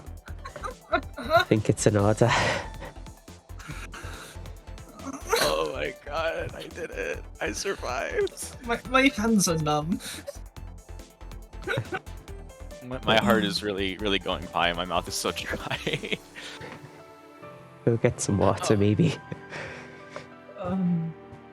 Yeah, I'll use my newfound roll and stun to go over there and get it. I was really hoping you'd actually try and stun me in the hood matchup though, because I actually wanted to play that properly. I was trying. I don't know. Playing this way is fun though. I really like it. It But is. it's too stressful.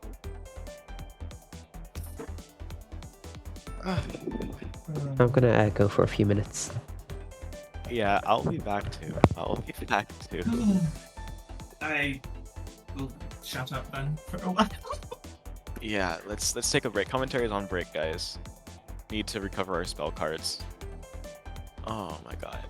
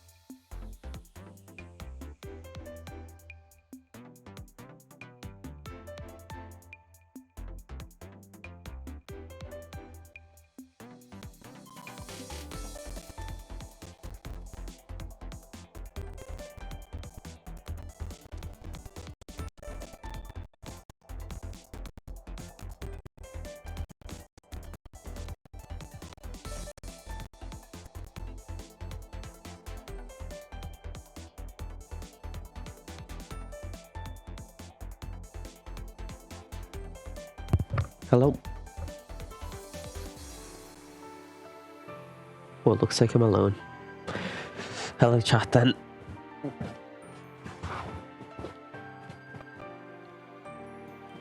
Just wait for the other two to get back. Then we'll get started with winners finals, which will be between Axemjinx and Jahvaro, a set we've seen so much lately. Twice in the last tournament, 4 times in the last 3. Usually it goes Jahvaro's way, but might be otherwise this time.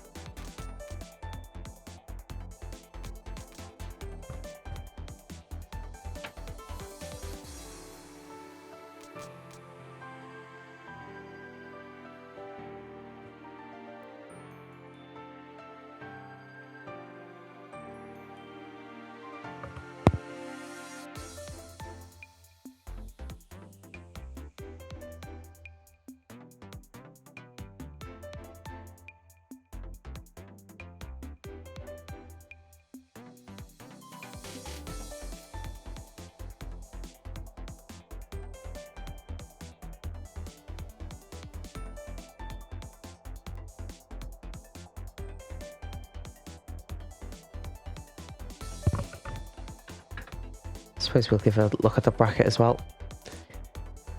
In losers, we have Penguin waiting for Jahvaro in loser semis, I believe. Penguin, who's faced 2 Frosts in a row, faces a Fed, although this Frost has half the move kit available. Maybe it'll be different.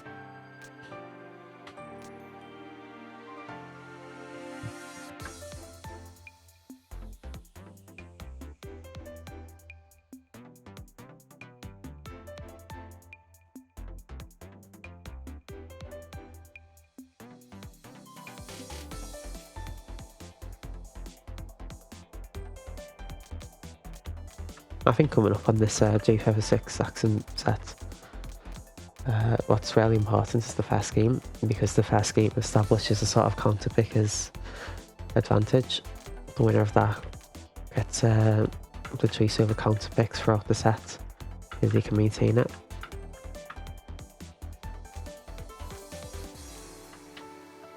Of course, both these players play a lot of characters, so maybe that'll come into play here more than you usually see that type of thing.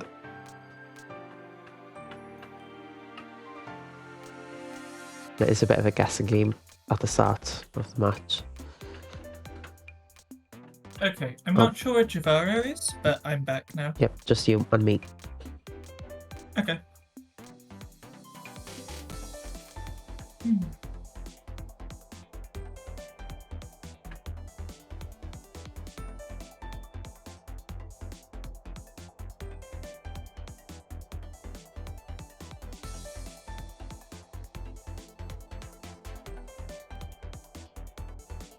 Okay, I am back. Hello.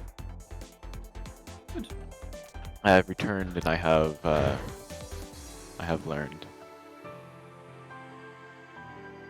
Learned? I have learned. What have you learnt? I'm not entirely sure yet, but Okay, I know I did. That's enough for me. so it's very deeply nested within you. Yeah. I'm not certain what you're learning. I just got a sandwich. Salmon. Sandwich is good.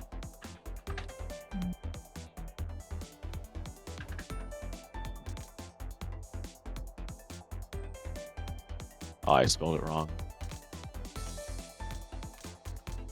Okay, looks like we're about What to have get we got started. J56 versus Axemjinx. This will be a fast to free. Alright, I believe in this.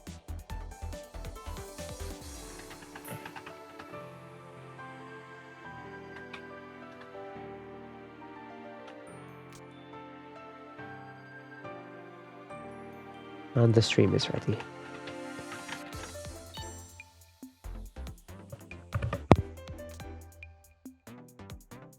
Oh, I'm still thirsty. I'm curious to see what we'll see from both these players. I'm expecting Jay to lead some, but I'm not certain about Axemjinx. Both of these players are former Frosts turned shapeshifter. They've started their own clan, so I really don't know what to expect here. My knowledge of both these players is dated. I think Axem might lead Hood. I think we might see Sun Hood. Sun. Oh. I'm not sure who has the most experience in this matchup. I don't know who has. I know J Feather Probably has. Jay. Probably He puts a lot Jay. of thought into it. His son in general, maybe not this specific matchup. He puts a lot of thought into Sun. I think Axem. I don't know. I think Axem just kind of took the knowledge that was available and used it. But I think J Feather's a pioneer when it comes to how Axem's Sun play. I think. Can't be sure. That said, we But- see DS force off from both players trying to avoid a basic. However, Axemjinx already has taken 2 hits this game. I was getting hit by a backstab diamond. This onto his last heart. Okay, this is not the kind of thing that Axem wants to see. It's,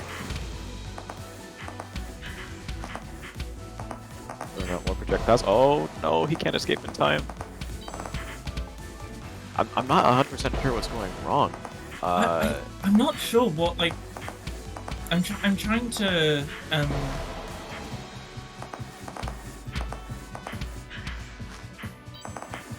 It might just be that Axem can't process things fast enough. He might be just too slow to figure out the solution to things. Because it quite doesn't feel possibly. like... Does Yeah. Axem play with bullet transparency, do you know? I imagine that he does, I'm not sure. But that was a mistake, but it just... I don't know.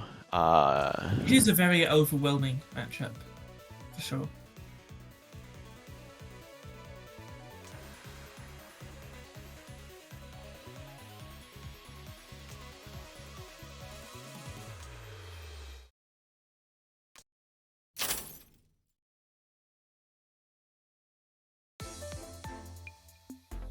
Alright.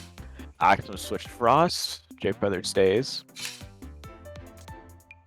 So this does make sense. Axem is definitely comfortable with Frost as his main, even more so than it was. He's more connected to Frost than J Feather is.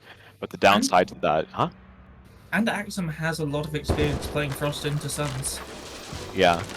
So this should definitely look good for Axem. The only problem is, even if he wins this, the Axem is in a really difficult spot because it's almost certainly going to be the threat of depth that's going to make him switch early, and J Feather still gets a counter pick. But we'll see if that even comes into play. First, have to see Axem win this, and J Feather is no slouch when it comes to Frost versus Sun. It's harder for sure, but he's played it a lot. And Jacob are doing a wonderful job of just keeping Axem out of Sun's major threat range. Yep. Axem is playing it back. Actually, it looks like he's gone back to some older movement style. Axem used to have a very robotic movement style, and it looks like he's kind of going back to it here. But I think it works fine for Sun because she tends to make a bunch of big safe zones. Oh, Axem overestimates how long this will last. Does get a hit with projectile though, so it's a trade for each. Dangerous position. Seemed uncertain about whether or not the diamonds would converge, or perhaps just going for an offensive Sun in that situation. Maybe. Unfortunately misses. Okay, does barely manage to escape that. Goes in for... Manages to roll through both layers of diamonds. Ooh, this is scary. Goes for a corner stun. It was a good attempt, but it just doesn't cover anything. Yeah, J Feather's gonna hug him now, but he does get for the diamonds. It's good. Oh, that's really risky. Oh, really but it pays good off. stun! Really That good was stun from so Axem. risky. Well done. Excellent Well done, from Axem. Axem. That really shifted the momentum for sure. That was a crazy play. I was not expecting that to work that way. Alright, good call out, but doesn't follow up with the stun. I understand the fear. Also, I believe J Feather would have just moved through in time and wouldn't have got caught in the stun regardless. It's possible. Okay, going around the projectiles, it's good. Very dangerous position here.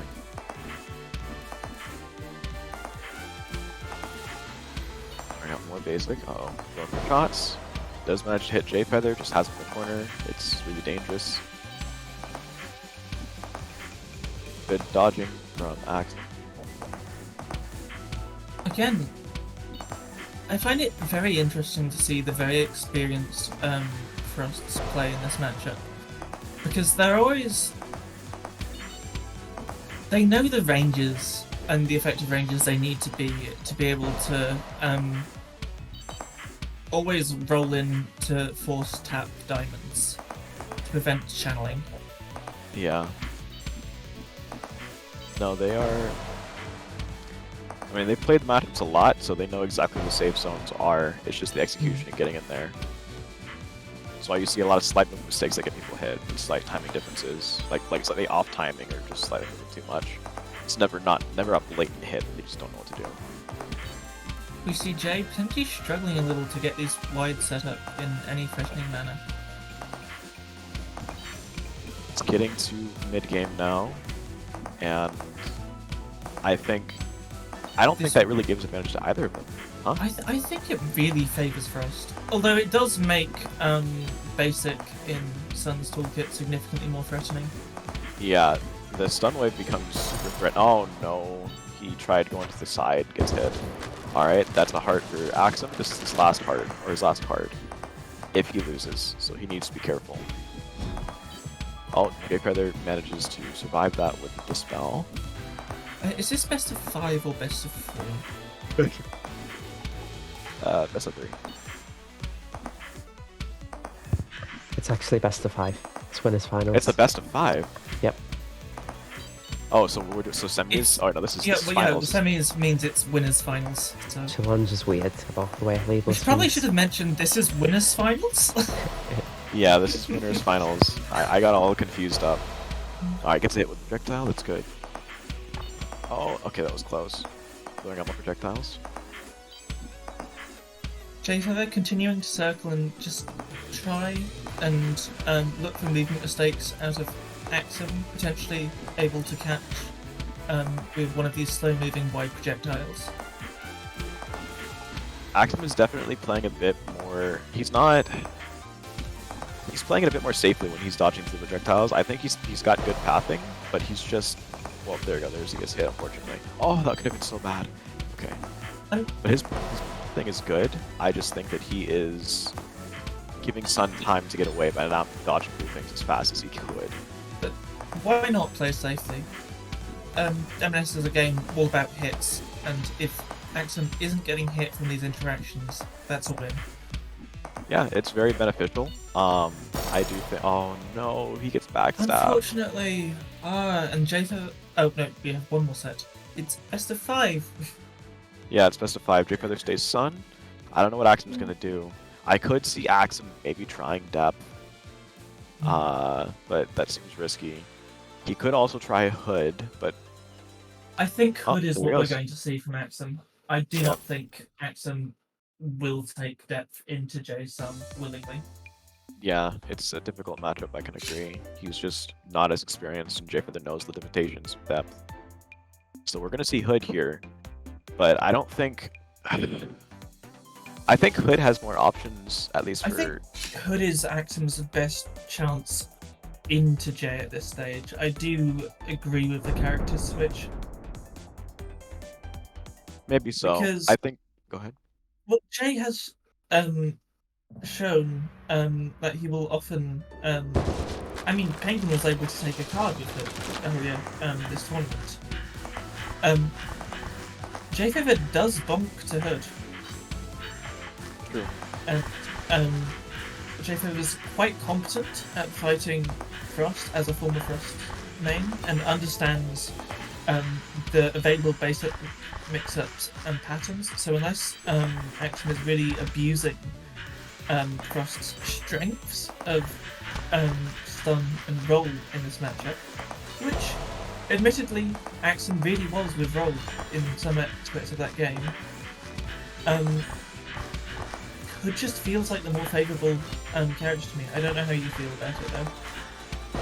I think Hood might have generally more options against Sun. She like her ability to attack is viable at all ranges except for point blank. But even with Frost, point blank isn't the best place to fight Sun. It's very risky. I also So I think think- that Hood does have a stronger min-walls game against Sun, potentially. Yeah, I would agree. I think the matchup was straight. The matchup for Hood versus Sun is a little better, if only because Hood gets more opportunities to be threatening. But I think that it's hard because Jayfeather likes playing close, and in endgame he might try playing close, so it could be very dangerous for Jayfeather, for Axem. Oh, certainly.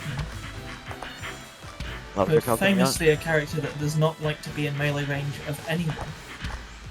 Yeah, and Jayfeather's going for it, takes advantage, and there you go, there's the hit. That's the risk we're worried about.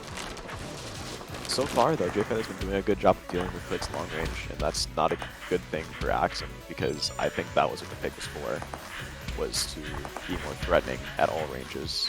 And Jayfeather is either not dealing with it by going into melee range, or he Axem is... finally setting on up point. these wides. They each get hit by wide. It's 3 hearts each. Uh-oh. Jayfeather really not scared to just run in, but also not lingering there too long. Alright, good run. Jayfeather very aware of when Axem will choose to try and press basic. But as I say that, Jayfeather does get caught by the tap basic from Axemjinx. Projectiles. Okay, Jayfeather against the wall. That's good. Willingly though, with that, so he's just about to get out of there. Sends 2 hearts. Axem to carry a situation, forced to use Vanish. Opting for focused kunai on the tail end of Vanish, perhaps hoping to catch Jayfeather in a corner with a kunai storm, but unfortunately, as with many 6 kunai setups, just fails to have the basic pressure to through the corner. Yep. And somehow, oh no, somehow Axem gets comboed and that's it. And that leaves Jayfeather on winner's side of Grand Finals, having won 3-0 versus Axemjinx. And now we'll move on to losers with Jahvaro versus Penguin. And it'll be back to best of 3, because this is losers semis. Alright, here we go. Me versus Penguin the second.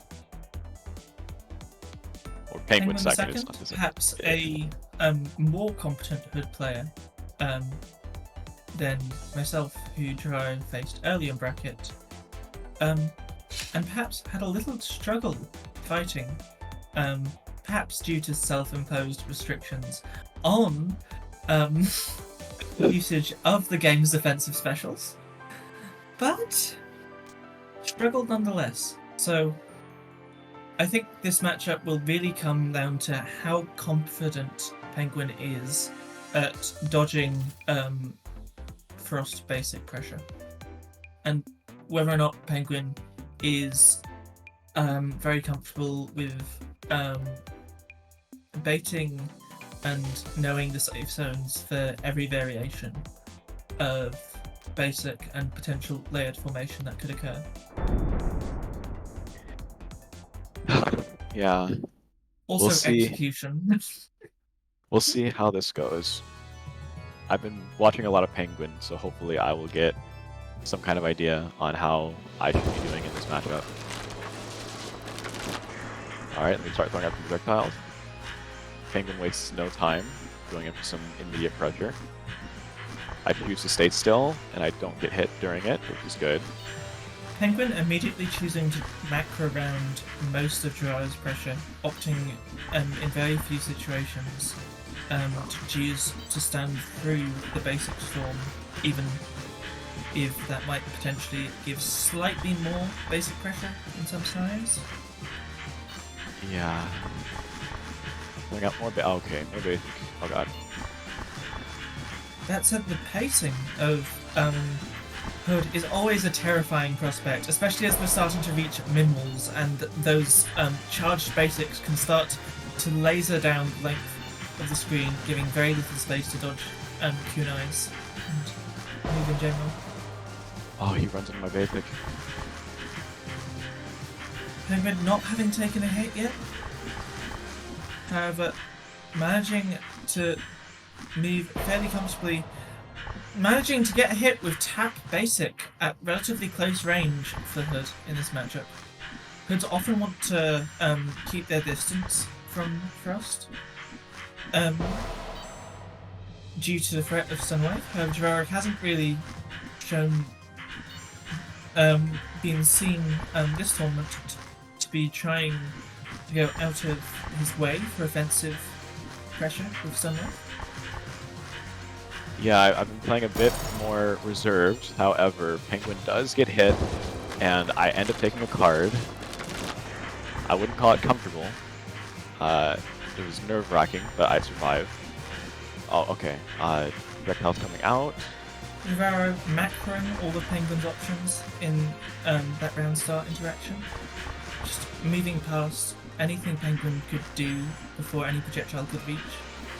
Oh, Jahvaro managing to move through all the long range, unfocused basics, but unfortunately getting caught out by the tap basic. Yeah, oh jeez.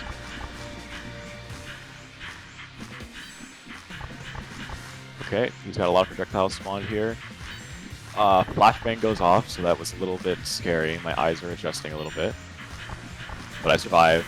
This is not a good color for fighting Hood. When it turns red, it makes it really hard to see. Clearly people need to start specifically picking this stage into you so that they get to play the flashbang against you. Yeah, the flashbang is pretty effective, especially it cloaks the charge indicator of basics so well. So partial charge basics are really mean. Oh, there's a backstab kunai coming, but I see it. Get out of the way. It's 3-2 right now. Definitely hard. She's struggling to get some pressure, but unfortunately positioning slightly too close and being caught out by the unfocused basic patterns. Yeah, okay. Going forward on Penguin. He's trying to hit me with some melee kunai bobs. Very aware from Jahvaro of being able to keep track of exactly where those Hood basics will be leaving. We see a very interesting kind of melee kunai positioning from Penguin, trying to force Jahvaro to be far more motile and potentially move through wide a lot more, as well as opening up Jahvaro to getting hit by basic pressure. Oh, yeah. And Penguin takes card 2 of this set. Oh, okay. He gets hit by it. That was a really risky move, but I go for a stop tap basic and it works. Penguin definitely opting for some aggression here.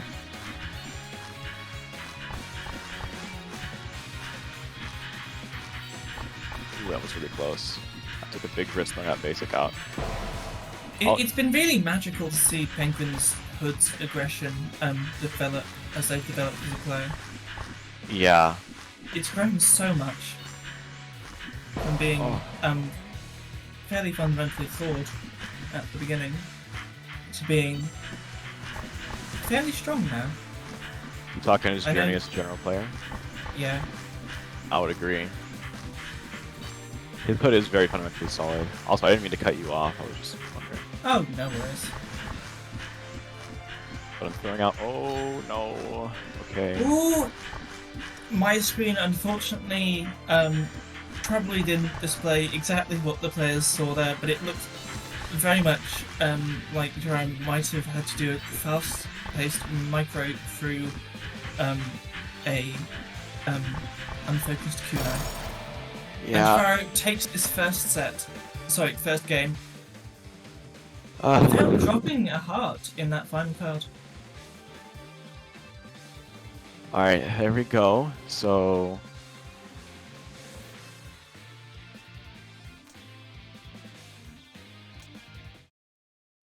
okay. Oh. No. Penguin decided to switch to Sun, which is a very interesting prospect. I never... Go ahead. Penguin does have a Sun.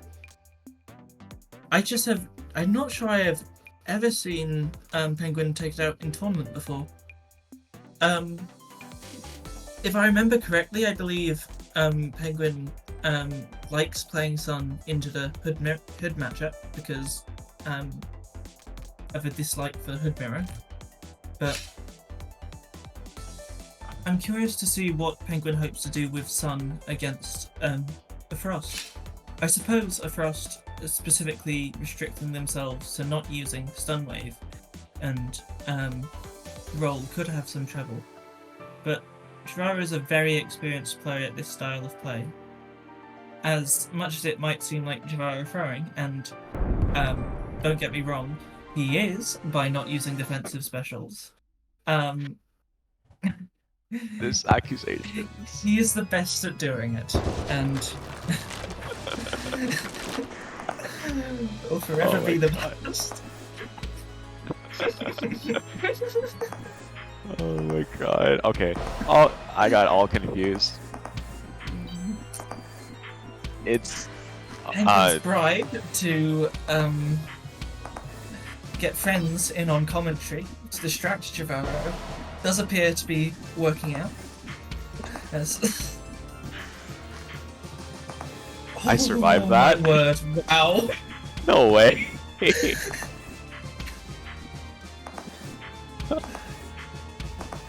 I think perhaps this matchup makes more sense than Oh, whoops.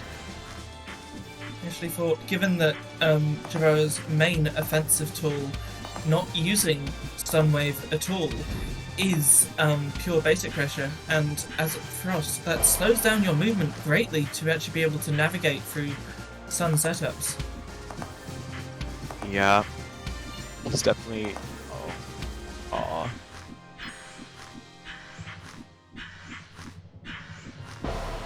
Oh, he does get hit. Not quite able to maintain that pressure. It's down to 2 hearts, so I still have 1. I think it'll be very interesting to see whether or not Jahvaro will adapt as this match goes on. Especially, I'm not certain how much Sun Jahvaro has playing like this. Not as much as I would like. Oh, Oh, that wide should have hit you. maybe. Okay. Oh my word! And we see the double. Wait, I maintain my card? How does the double still- work? It's just a 50-50. I've seen it happen where it takes both people's cards before, but it didn't do it this time. Maybe there was disparity on Penguin's end, and only Penguin got hit. Who knows? Yeah, I don't know. Oh god.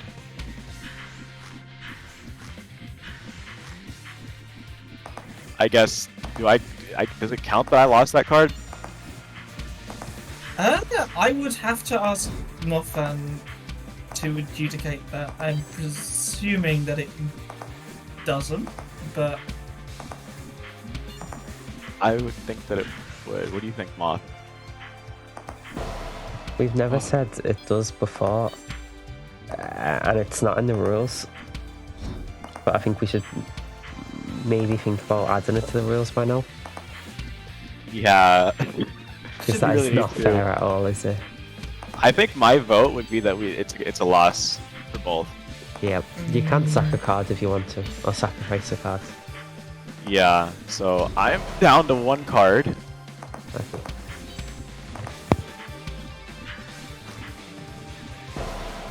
Oh, he gets hit. Oh no! and that means That's with game. Jahvaro's honor ruling, Penguin has taken game 2. There is a chance there was a disparity, and as Celie said, if that is the case, that will be a bit unfortunate. It's not a 50. I've had it happen every time. I usually have it happen. Penguin potentially confused, not being in the caster's call and probably not being on stream while playing.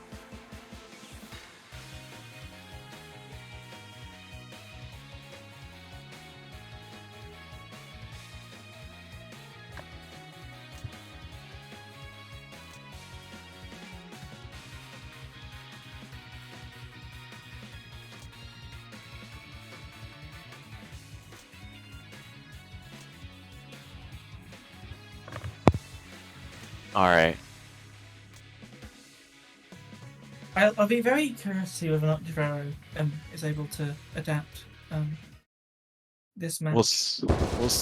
We'll see. It's very difficult to play close range without these defensive tools against Sun, so Yeah. perhaps giving Sun a bit more space than You should most have. would normally like to.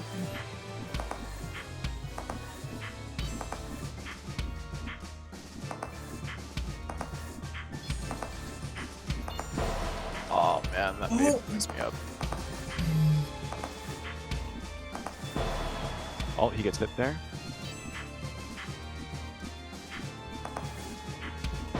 Oh Jahvaro no, just slow. moving through these, but making movement mistakes while trying to move through these wides.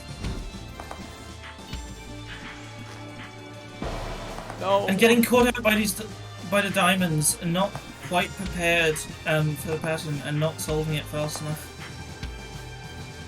Jahvaro on his last heart of this card, Penguin with 3 hits left. Jahvaro navigating through the diamonds, Penguin not keeping up diamond pressure, however that is a very awkward basic wall, but Jahvaro barely scrapes through and manages to get a basic hit in revenge for Penguin perhaps overextending, but getting caught out by diamonds, tap diamonds, following a Novi Holy.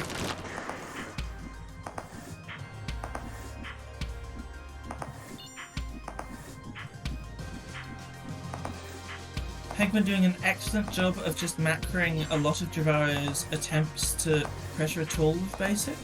One of Frost's biggest weakness being her long range pressure, and Penguin really being able to abuse that here by keeping Frost off at all times. Ooh, that's close.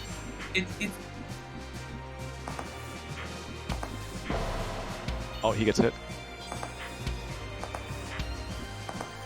It's really interesting because I'd argue, or it seems like perhaps a large amount of these interactions, Jahvaro is surviving more interactions than Penguin. However, Penguin is being placed into less unfortunate situations with Jahvaro and not being forced to actually utilize any dodging skill. Jahvaro managing to catch out with the melee focus basic retargeting onto Penguin, and we are at 1 heart apiece, and this is Jahvaro's tournament heart. Penguin takes the game over Jahvaro. In a surprise upset, at least as far as I was aware. I was not certain that Penguin's Sun would be able to manage this, but apparently so. It's a 1-2. Ah, so close. I was so close.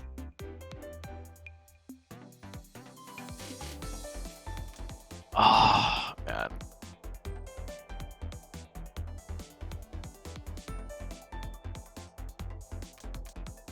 Wait.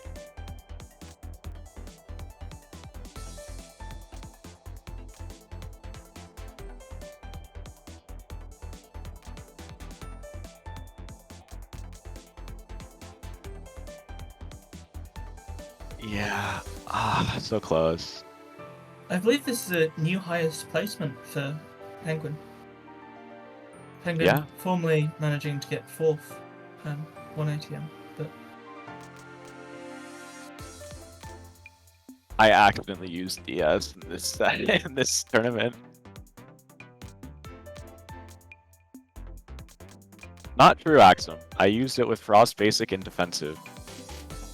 Even though the defensive didn't really help at all in the end.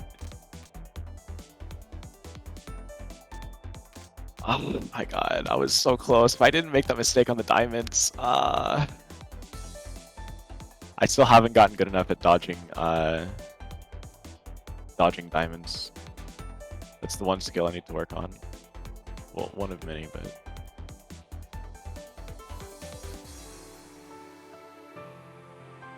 I came close. Well done to Penguin.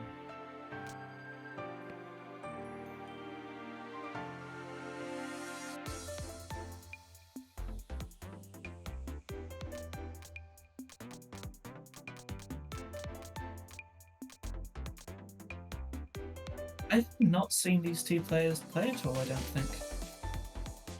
I am expecting we're going to see Axemjinx bring out the frost. And I'm Yeah. going to be really curious to see how Penguin does into this. I'm assuming Penguin will be picking Hood, but Axemjinx is absolutely dominant in this matchup, as far as I'm concerned, at least, when I play Frost into Axem. Sorry, Hood. Bleh. Yeah, we'll So- see how this goes. I think this is going to be really hard for Penguin, because I'm pretty sure that Axem's going to go Frost the whole way through. If Axem goes Frost the whole way through, I really don't. I think Penguin just doesn't have any characters that really fit well into Axemjinx. But this That is very said, in a surprising. Hood mirror, Penguin possibly has a chance. Yeah, I definitely think that the Hood mirror is going to be... I haven't seen how Penguin plays Hood, and I heard you say earlier that he doesn't like fighting Hood, so he usually goes Sun for it. But I still think that he has better odds in this matchup than he would against Hood Frost. Oh, absolutely. That said, Axem's Hood is very good. Yeah, Axem's Hood is very good, so it's not going to be free. He's still going to have to work very hard, Penguin is. I'm trying to remember, has Axem's Hood managed to beat your Hood in Tome?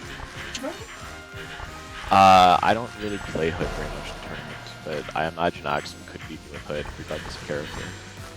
Axem's very good.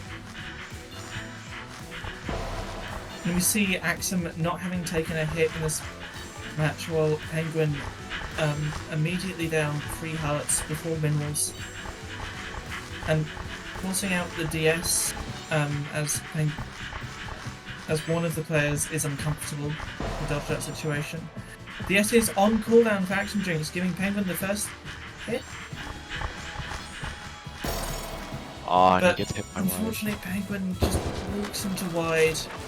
I imagine the reason Penguin doesn't like this matchup is probably just the visual clutter. It's a very overwhelming matchup, more so even than potentially the Sun Mirror. Yeah, it is very hard to see. Especially when both players are stacking their wides so prominently. Yeah, I mean, Penguin would have had to play this anyway at some point. it is true. Uh-oh. Oh no, going up the clouds.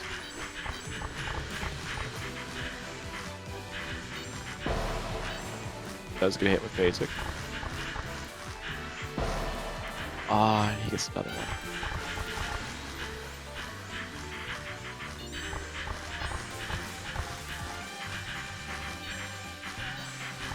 Alright, so Penguin down to his last heart here, throwing out everything that he's got. Oh, he's getting pressure against the wall with basic, but he's doing a good job just navigating around it, staying very calm. And Axem taking time to set up kunai, leaving space for Penguin to just move out of that situation. However, caught in this corner, Penguin decides to DS, no. and unfortunately comes out of Vanish on top of one of Axem's wides. Well, Axem takes game 1.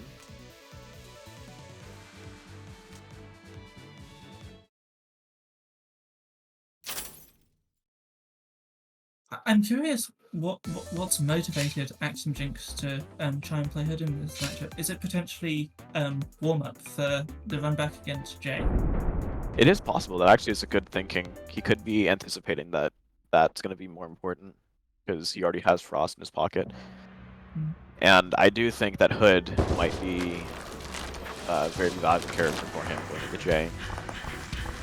But we'll see how Penguin does with Sun. They each trade hits immediately. I mean, getting a hit at all at this stage is huge. Yeah. Oh, throws out basic. Ends up getting hit.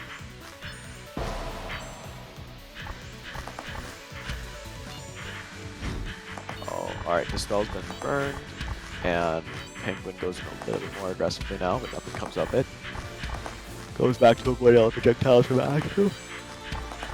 I'm amazed at how well Penguin's Sun has actually managed to do for in this tournament. Yeah, it's doing really well. It's up there with his hood. It's pretty crazy. Penguin must like he's either grinding or he's just really got that intuitive knowledge. I'm not sure, but either way, he's very formidable. I rarely see Penguin playing Sun, so.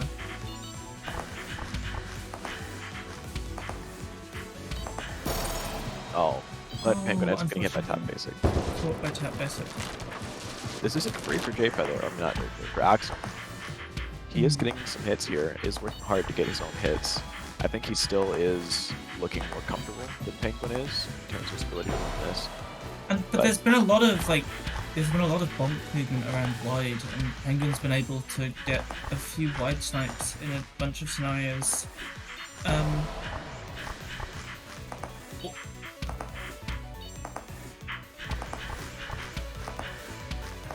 I got more basic. Oh, he gets hit. Another hit That's coming one out. major tool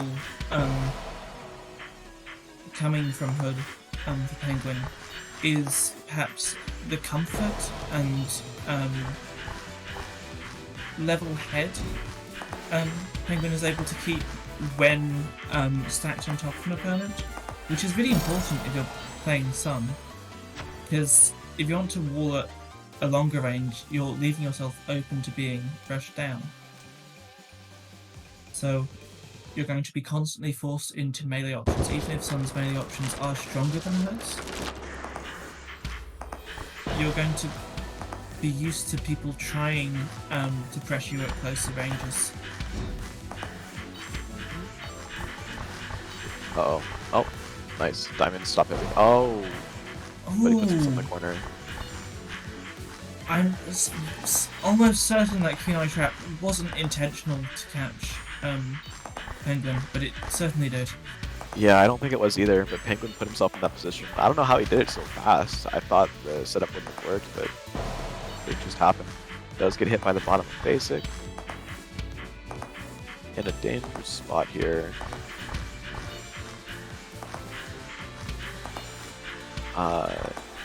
Nice dodge from Penguin, although I think the top board might have saved him there. Okay, good dodging. Big display of Kunai. He tries to run along the bottom and gets hit by wide. Penguin definitely not in a great position here. It just seems over time he's just getting more hits than Axemjinx. They're both getting hit, but Penguin seems to... He definitely has a harder time surviving setups.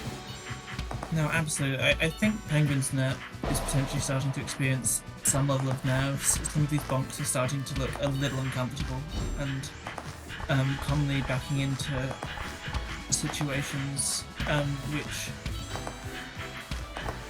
I wouldn't expect a strong defensive player like Penguin to normally put themselves in, but Yeah. that's just life. Oh, going up more basic. Oh, close. Strong basic pressure from Penguin. Honestly, very good offensive knowledge in that entire interaction.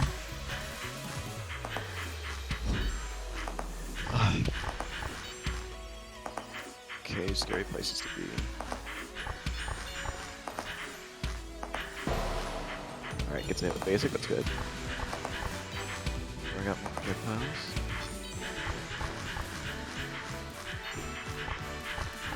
Axem opting to vanish through those diamonds, not wanting to risk situation, but unfortunately, Axem takes the game. There you go. Axem No wins cards 3-0. lost. Which means we are going to see an Axem Jahvaro final again. That was relatively quick. Well done to Penguin. Congratulations on third place. It's the very commendable placement. Very good. It's an extraordinary showing.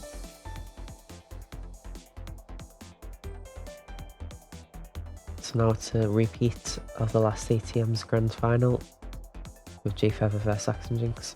coming up.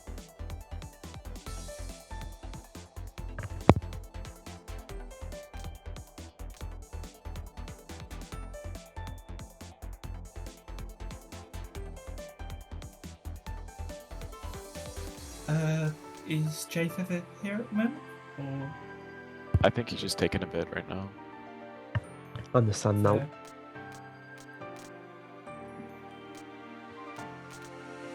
There they go. Alright, now these players have fought together a lot, and they're quickly becoming one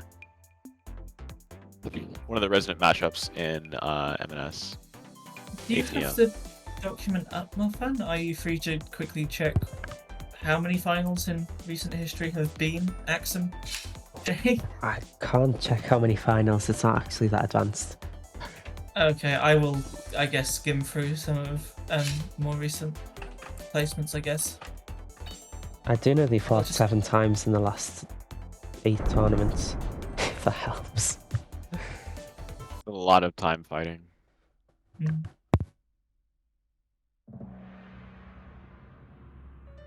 I will check quickly because I do have a document that will be easy to cross-reference with. I do find it interesting for Axem to decide to lead off with the Frost here. Yeah, It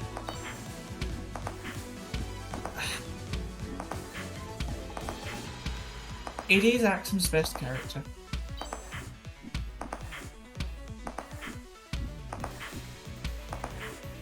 But it's also a character I think Jacob has a lot of experience facing, so we'll see how this works out for them both. I think Axem, they played last time, like in winners, didn't they? And I think Axem lost on the Frost. So we'll see how this Axem goes. played Sun, Frost, Hood, and lost on all 3, so I'm not certain that winners can be hugely derivative and formative for Axem's character choice. But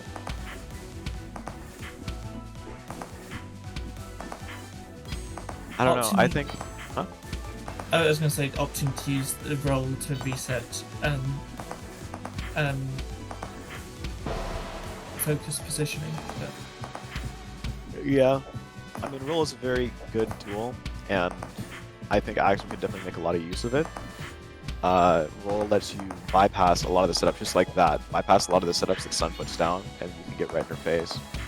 one very powerful function of roll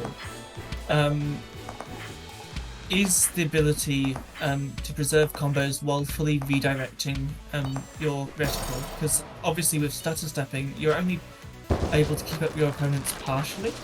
However, if you want to send out a focus 2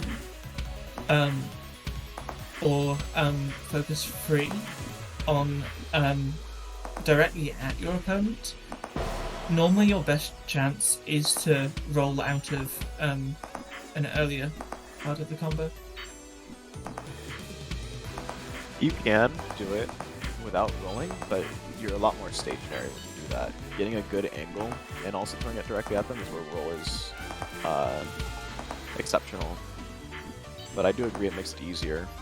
You know, it's a move you should be using a lot. It has a short cooldown. You know, you can use it a lot for offense just because of how short the cooldown is, and it really gets you out of, like, there's situations like those you can roll. You'll even be able to roll again before this is over.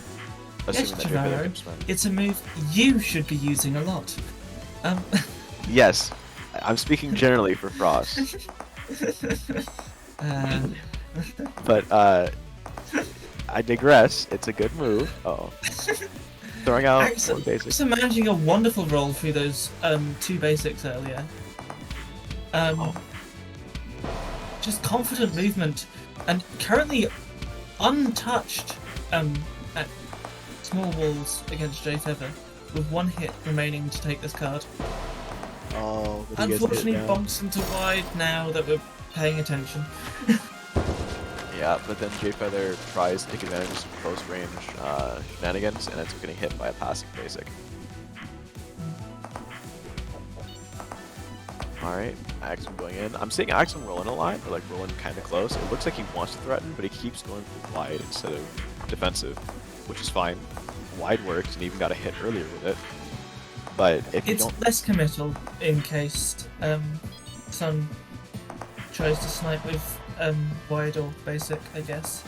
Yeah, it definitely is. It's good for that, but defensive is really nice for the times where Sun's gonna go through you. There are times where Sun will go through you or go kind of around you, like around and out, not Absolutely, completely and we around see you. a defensive there as Axem tries to catch Jahvaro running through, but unfortunately Diamond Dash speed does allow Jahvaro to escape.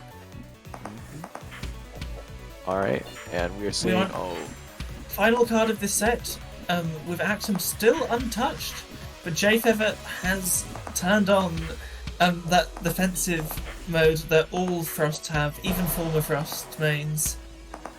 Just deciding to never give up and never die on their final heart. yeah, and he's doing really well. Oh, really close. Exceptional play from Jahvaro right now. He's really recovering a lot of lost ground. Still, all it takes is one mistake, but he's doing really well. Very close. Very competent, very focused, very in tune with Axemjinx's attempts at offense here. Oh. Just finding the safe spaces constantly, almost getting caught out by wide there. I'm so surprised he's still alive. Oh no! Oh no! Just getting caught out trying to channel diamonds. Yeah. From the looks of that channel looked slightly longer. That looked like it was an attempt at tap diamonds, but they just perhaps eked out slightly longer. Yeah. Stalling his movement So enough. Axem has to switch because he doesn't want to deal with depth. I'm 100% sure of that. So he switches to Hood. I wouldn't be surprised if Jahvaro just picks depth anyway. I would be surprised. I feel like Jay probably isn't going to want to fight anything other than Frostphalia's depth. But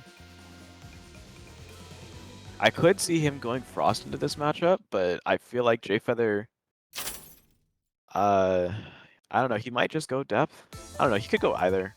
Because if he wins, then Axem gets the counter pick, so it's not as important. But it's probably going to be either Frost or depth for Jahvaro. I don't see him doing anything else. there's always the random arc pick. That is true, they could... I would love to see that.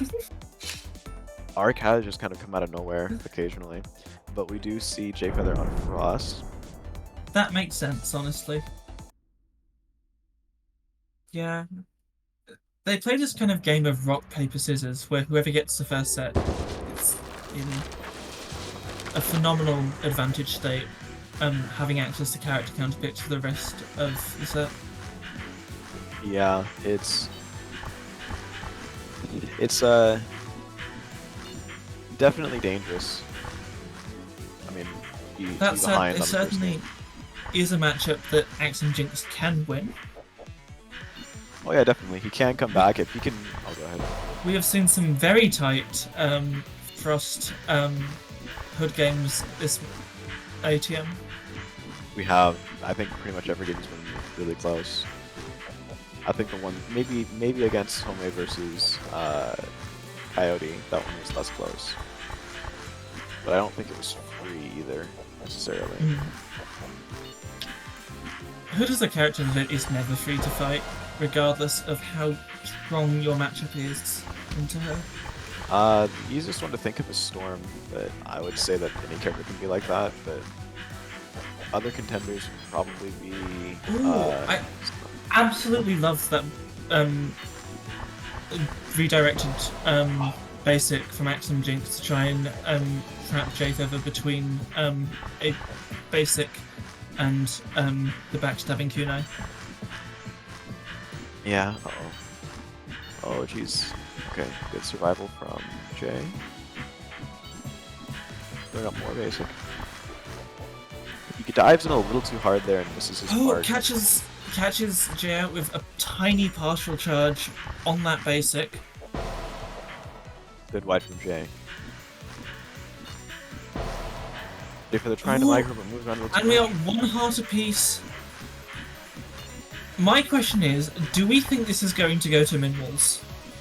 It very well could.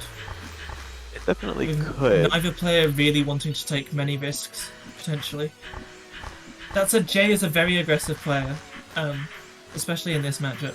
So Yeah. we're probably teammate going for- to see something happen. Yeah, right. If anything's gonna happen, it's It's gonna happen here. terrifying for Hood, and Jay takes that first card of this set. This Well game, I done. mean. Sorry. Yeah. Didn't Jay take a card in the last game? Huh? I don't remember if Jay took a card in the last game. We should be on top of these things, absolutely. I think so. I think so. I don't know.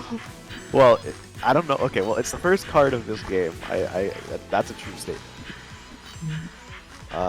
So That said, suddenly Axem- no more hits.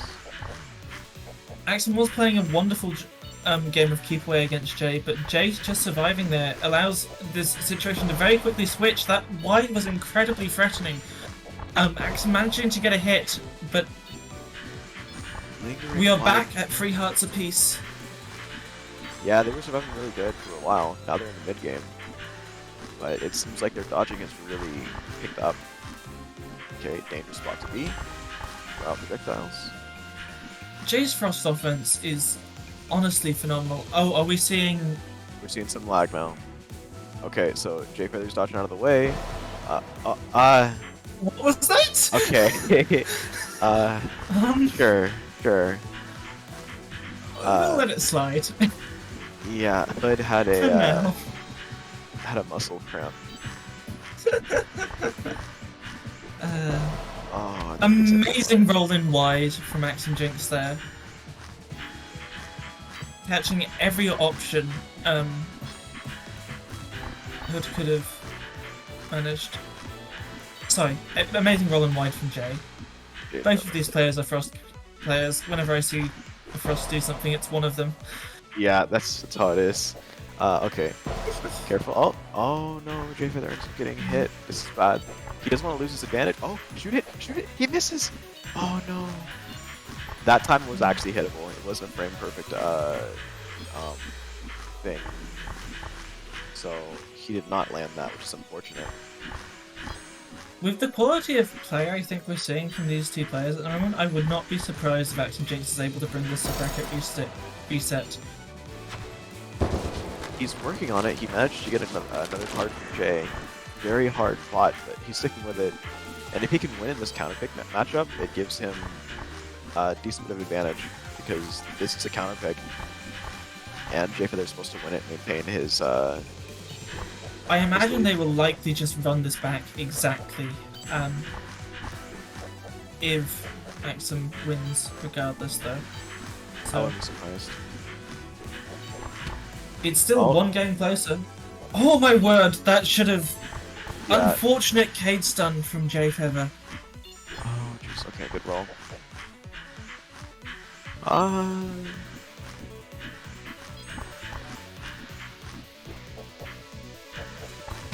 Amazing defensive roll from Jay Feather. Not perhaps aggressing too much to put them in any great threat of being caught out by a tap basic. And we are 3 hearts apiece, and it's taken us till min rules to get to this stage. That is the Yeah. unfortunate reality of this matchup, but damn if it's not exciting to watch two very experienced players battle it out. It's hilarious because this is a common matchup also seen at beginner play, which neither of these characters are seen as being as strong as they are at expert level. Hood ends up being actually the advantage one in this matchup at lower level, because it's just hard for new players to deal with all of those things. They're not aware of how to use Frost's tools correctly. And especially, it's very difficult to get in on Hood, regardless, for Frost to truly abuse her kit. But Jay managing to take out that second game, leaving us 1 game apiece. Mm-hmm. It will leave Axem character counterpick, which could still prove to be problematic, considering this was Jay's counterpick and how close it was, and the fact we might see again another Sun Frost matchup, which Axem actually lost in the winners round. Even taking a game. Yes, we are going to see Sun Frost again. Even taking a game in these grand finals, it's still a close fought battle. Yeah, he's definitely picking up a little bit here. We'll see how this goes.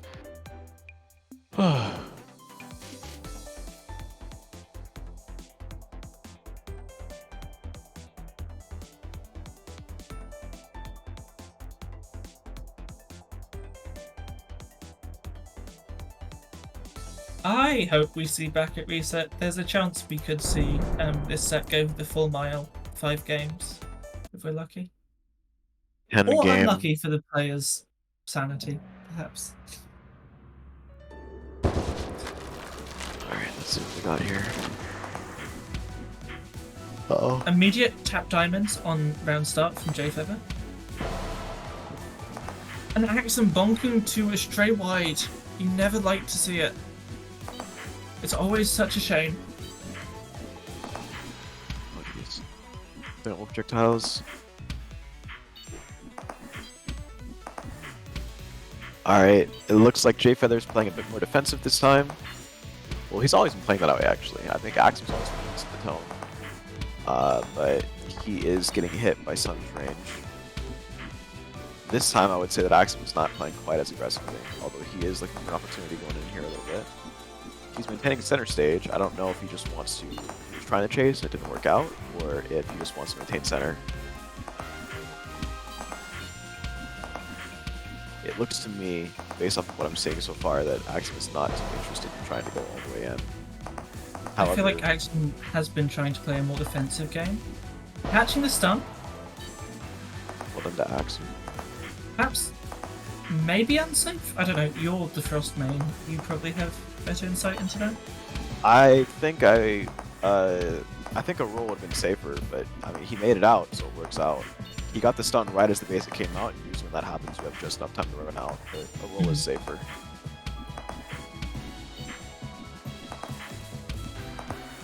Tough position to be in. Axem's really forced to start dodging really well now. This is where it gets really hard. Another stun from Axem. I feel like That was Axem is playing to this late game stun win con in this matchup. that seems to be what he's doing. Oh, gets a straight hit. That's really dangerous. Straight hit from basic. That's very dangerous. Especially as it takes a lot more work for Jahvaro to perhaps get pressure up at this range. Yeah. It's lots of Sun's buttons are far more committal on her movement speed than Frost. But it does end up getting a wide. There you go. Gets 4 hearts in a row. Well done to Axem.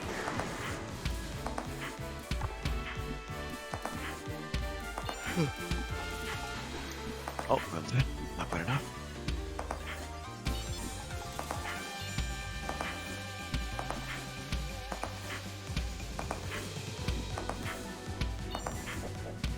Excellent. Alright. They're both spacing a wide actually. hit there. They're both spacing phenomenally. Yeah. Axem's range against Sun and positioning in that last sequence was phenomenal. Exemplar play at abusing Sun.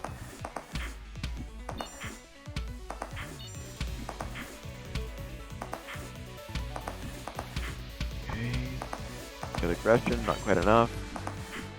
Almost trying to catch Jahvaro with an off-angle wide hit there. Yeah.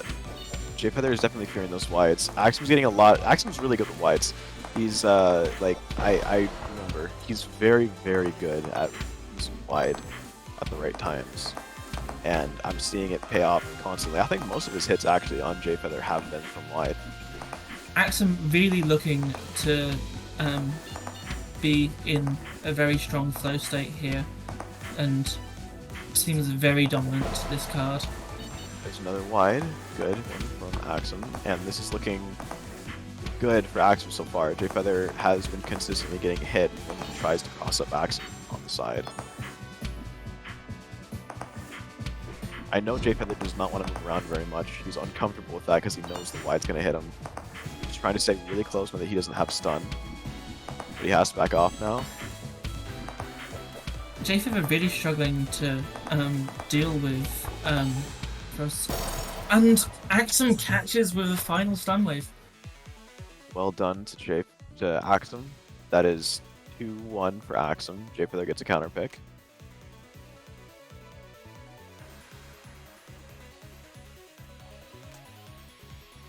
Back to Hood. And we might see the sun again. We see the sun again. I'm surprised we don't see the Frost. I'm a little too. I suppose that perhaps was not as clean a game as Jfeather might have wanted. It was very tight. And if Axem plays as well as he did that last, I feel like it would be very difficult JJ to overcome.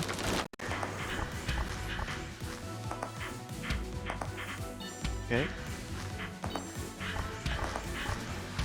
Oh no. Early hit from Axem running into diamonds. Jfeather maintaining space. It's possible. Huh? That said, this is also a very different matchup for Axem to playing Hood into. Yeah. The passive pressure that all of Sun's slow-moving, long-lingering projectiles provides gives Axem a lot of opportunities to hang himself in the set.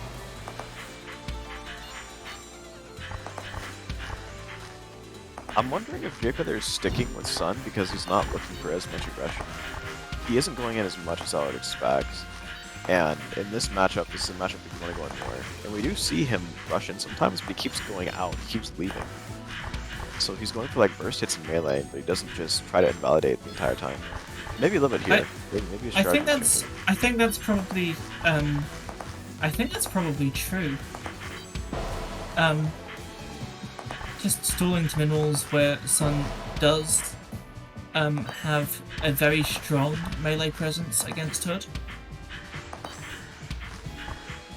And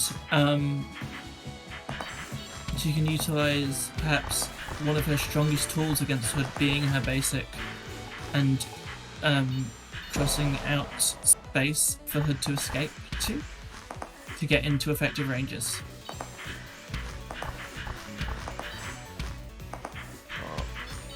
Honestly, it's getting a little hard for him to see him.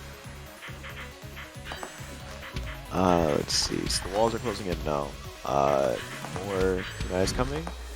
Good use of defensive from Jfeather. He wasn't quite able to find the micros. He was forced to use Very good triple basic and forcing out the DS from Axemjinx. I'm not certain whether or not Axemjinx predicted the wide would cover the final space or the little space that was left. I'm fairly certain the DS wasn't forced, but Hood does have DS back up now. This is going to be very difficult, I think, for Jay at this stage. Just the amount of endurance needed. And an attempt at some backstab kunai attempts with 6 projectiles. And catching Jay trying to redirect the second set of kunai by moving back through the basic with the first set. And Jay wide catching Jay. This isn't good. Jfeather needs this win, or else it's bracket reset. And I know that's going to be demoralizing.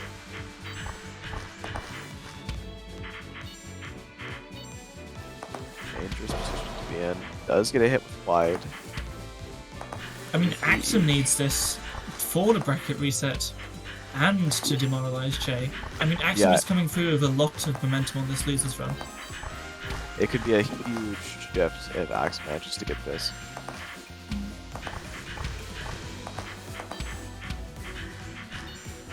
Alright, Jfeather going a little close. I think he just goes in close for defense, honestly.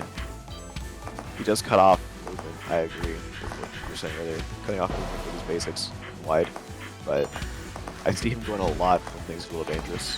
Hmm. Goes for tap diamond, doesn't quite hit anything.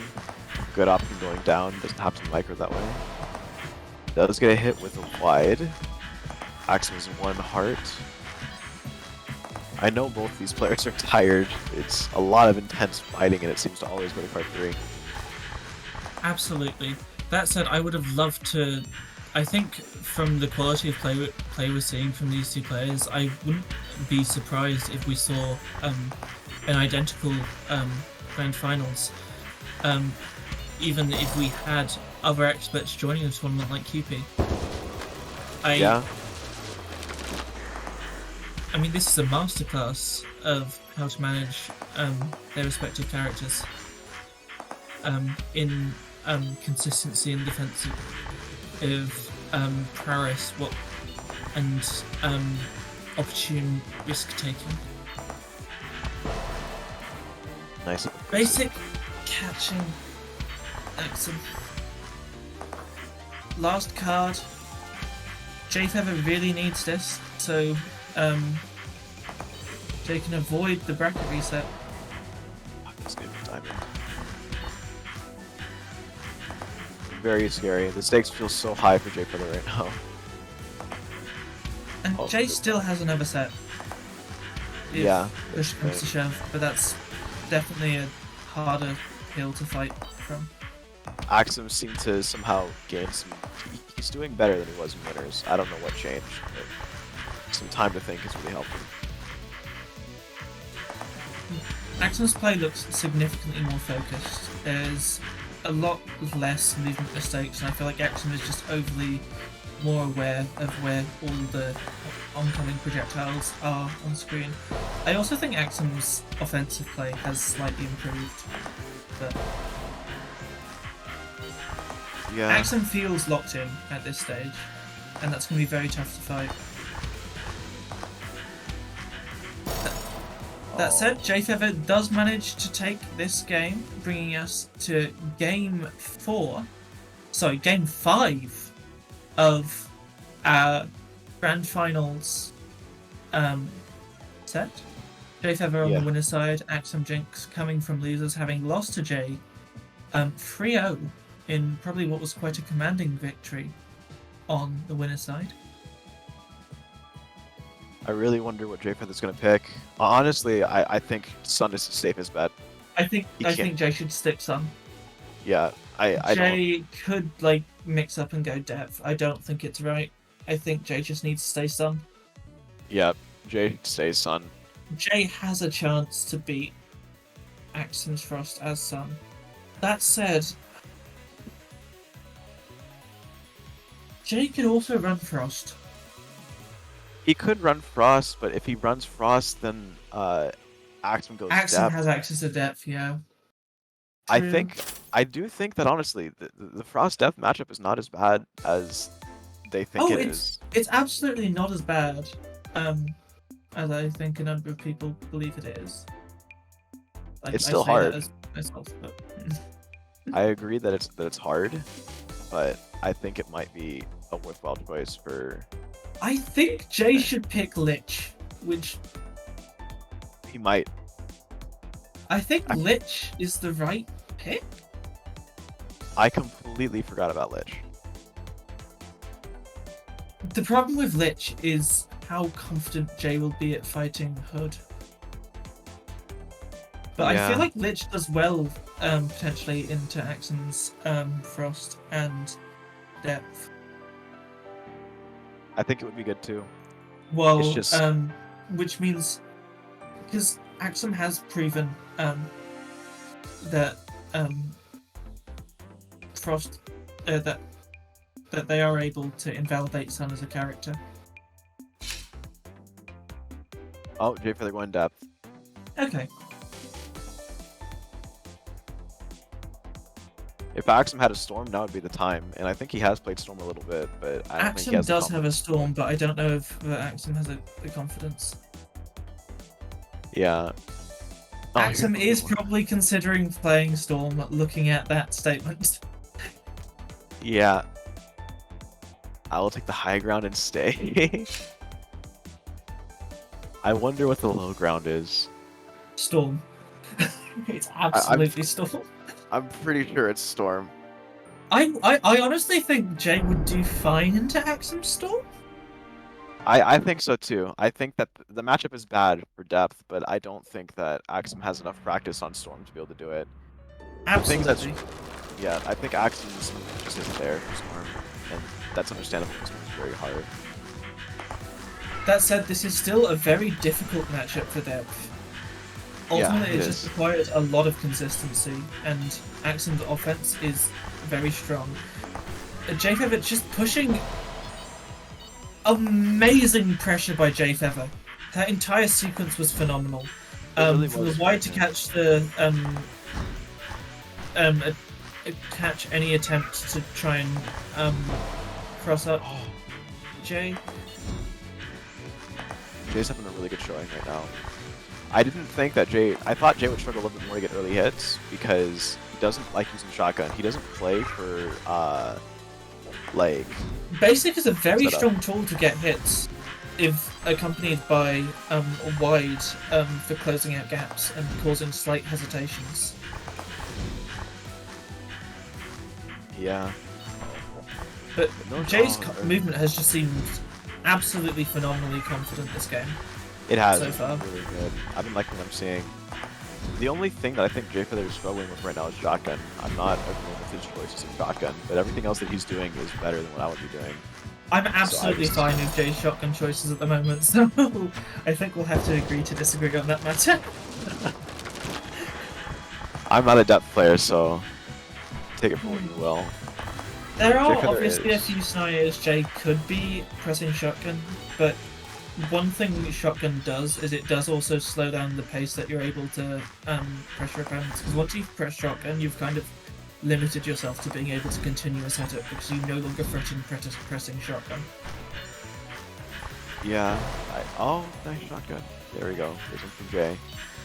This isn't going well for Axem. Suddenly the stakes were really high for Axem. I'm surprised that he didn't take on the Storm. Maybe he just can't feel good winning with Storm. I think perhaps Axem thought this would be slightly easier to win with. But no, Yeah. Jayfeather is giving a really excellent showing against Hood here. Yeah, he's playing really good.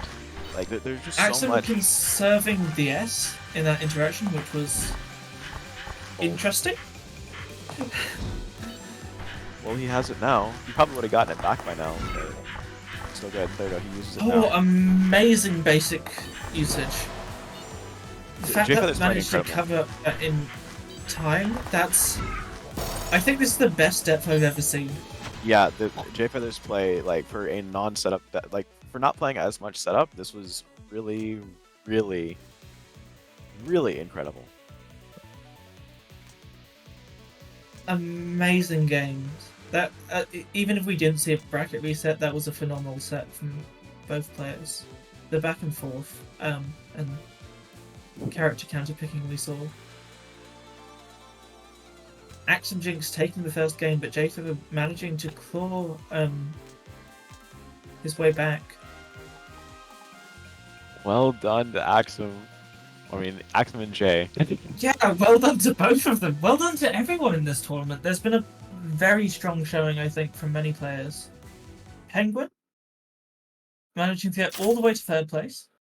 You managing to get to fourth place without using any defensive.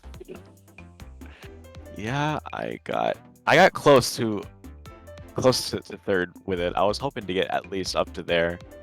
It's incredible to see this community continue to grow and thrive as more and more players are just pushing the game, and I think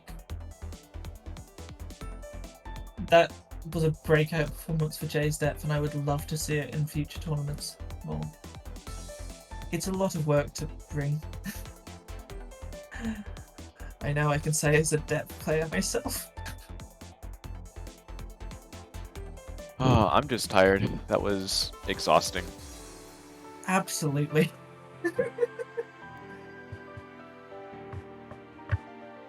We'll do a read out of the results before we go and say goodbye. I've Absolutely. sent a message in chat with a picture. If you want to take turns. Let me look.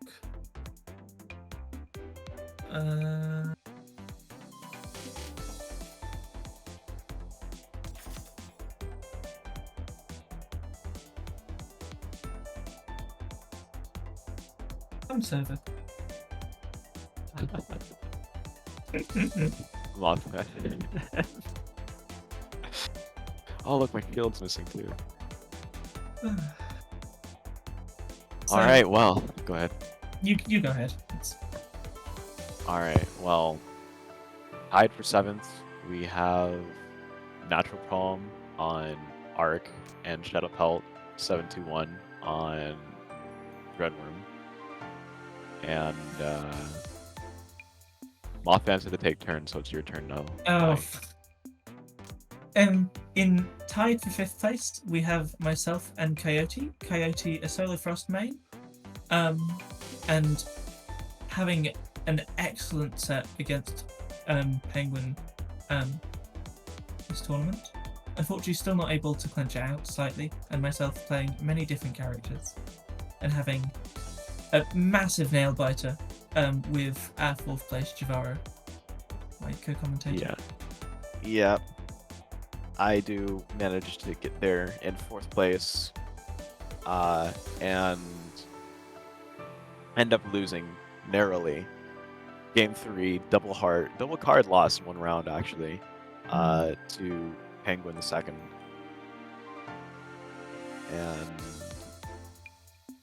lead send off on Axem. Hi, I'm making you call it number 2. Oh. Penguin, having had an excellent showing, was knocked out of the tournament by Axemjinx, who had an absolutely incredible winners grand final set against Jay Feather this tournament. Tournament winner. All right, Mothman, you do the honors and proclaim Jay Feather as our winner. You have to participate too. Okay. I didn't expect this. First place for the 8th time, J Feather 6 wins the tournament with beautiful death play at the end, narrowly avoiding a bracket reset against a very good performance from Axemjinx in grand finals. Very well played. I suppose that's the end of the tournament.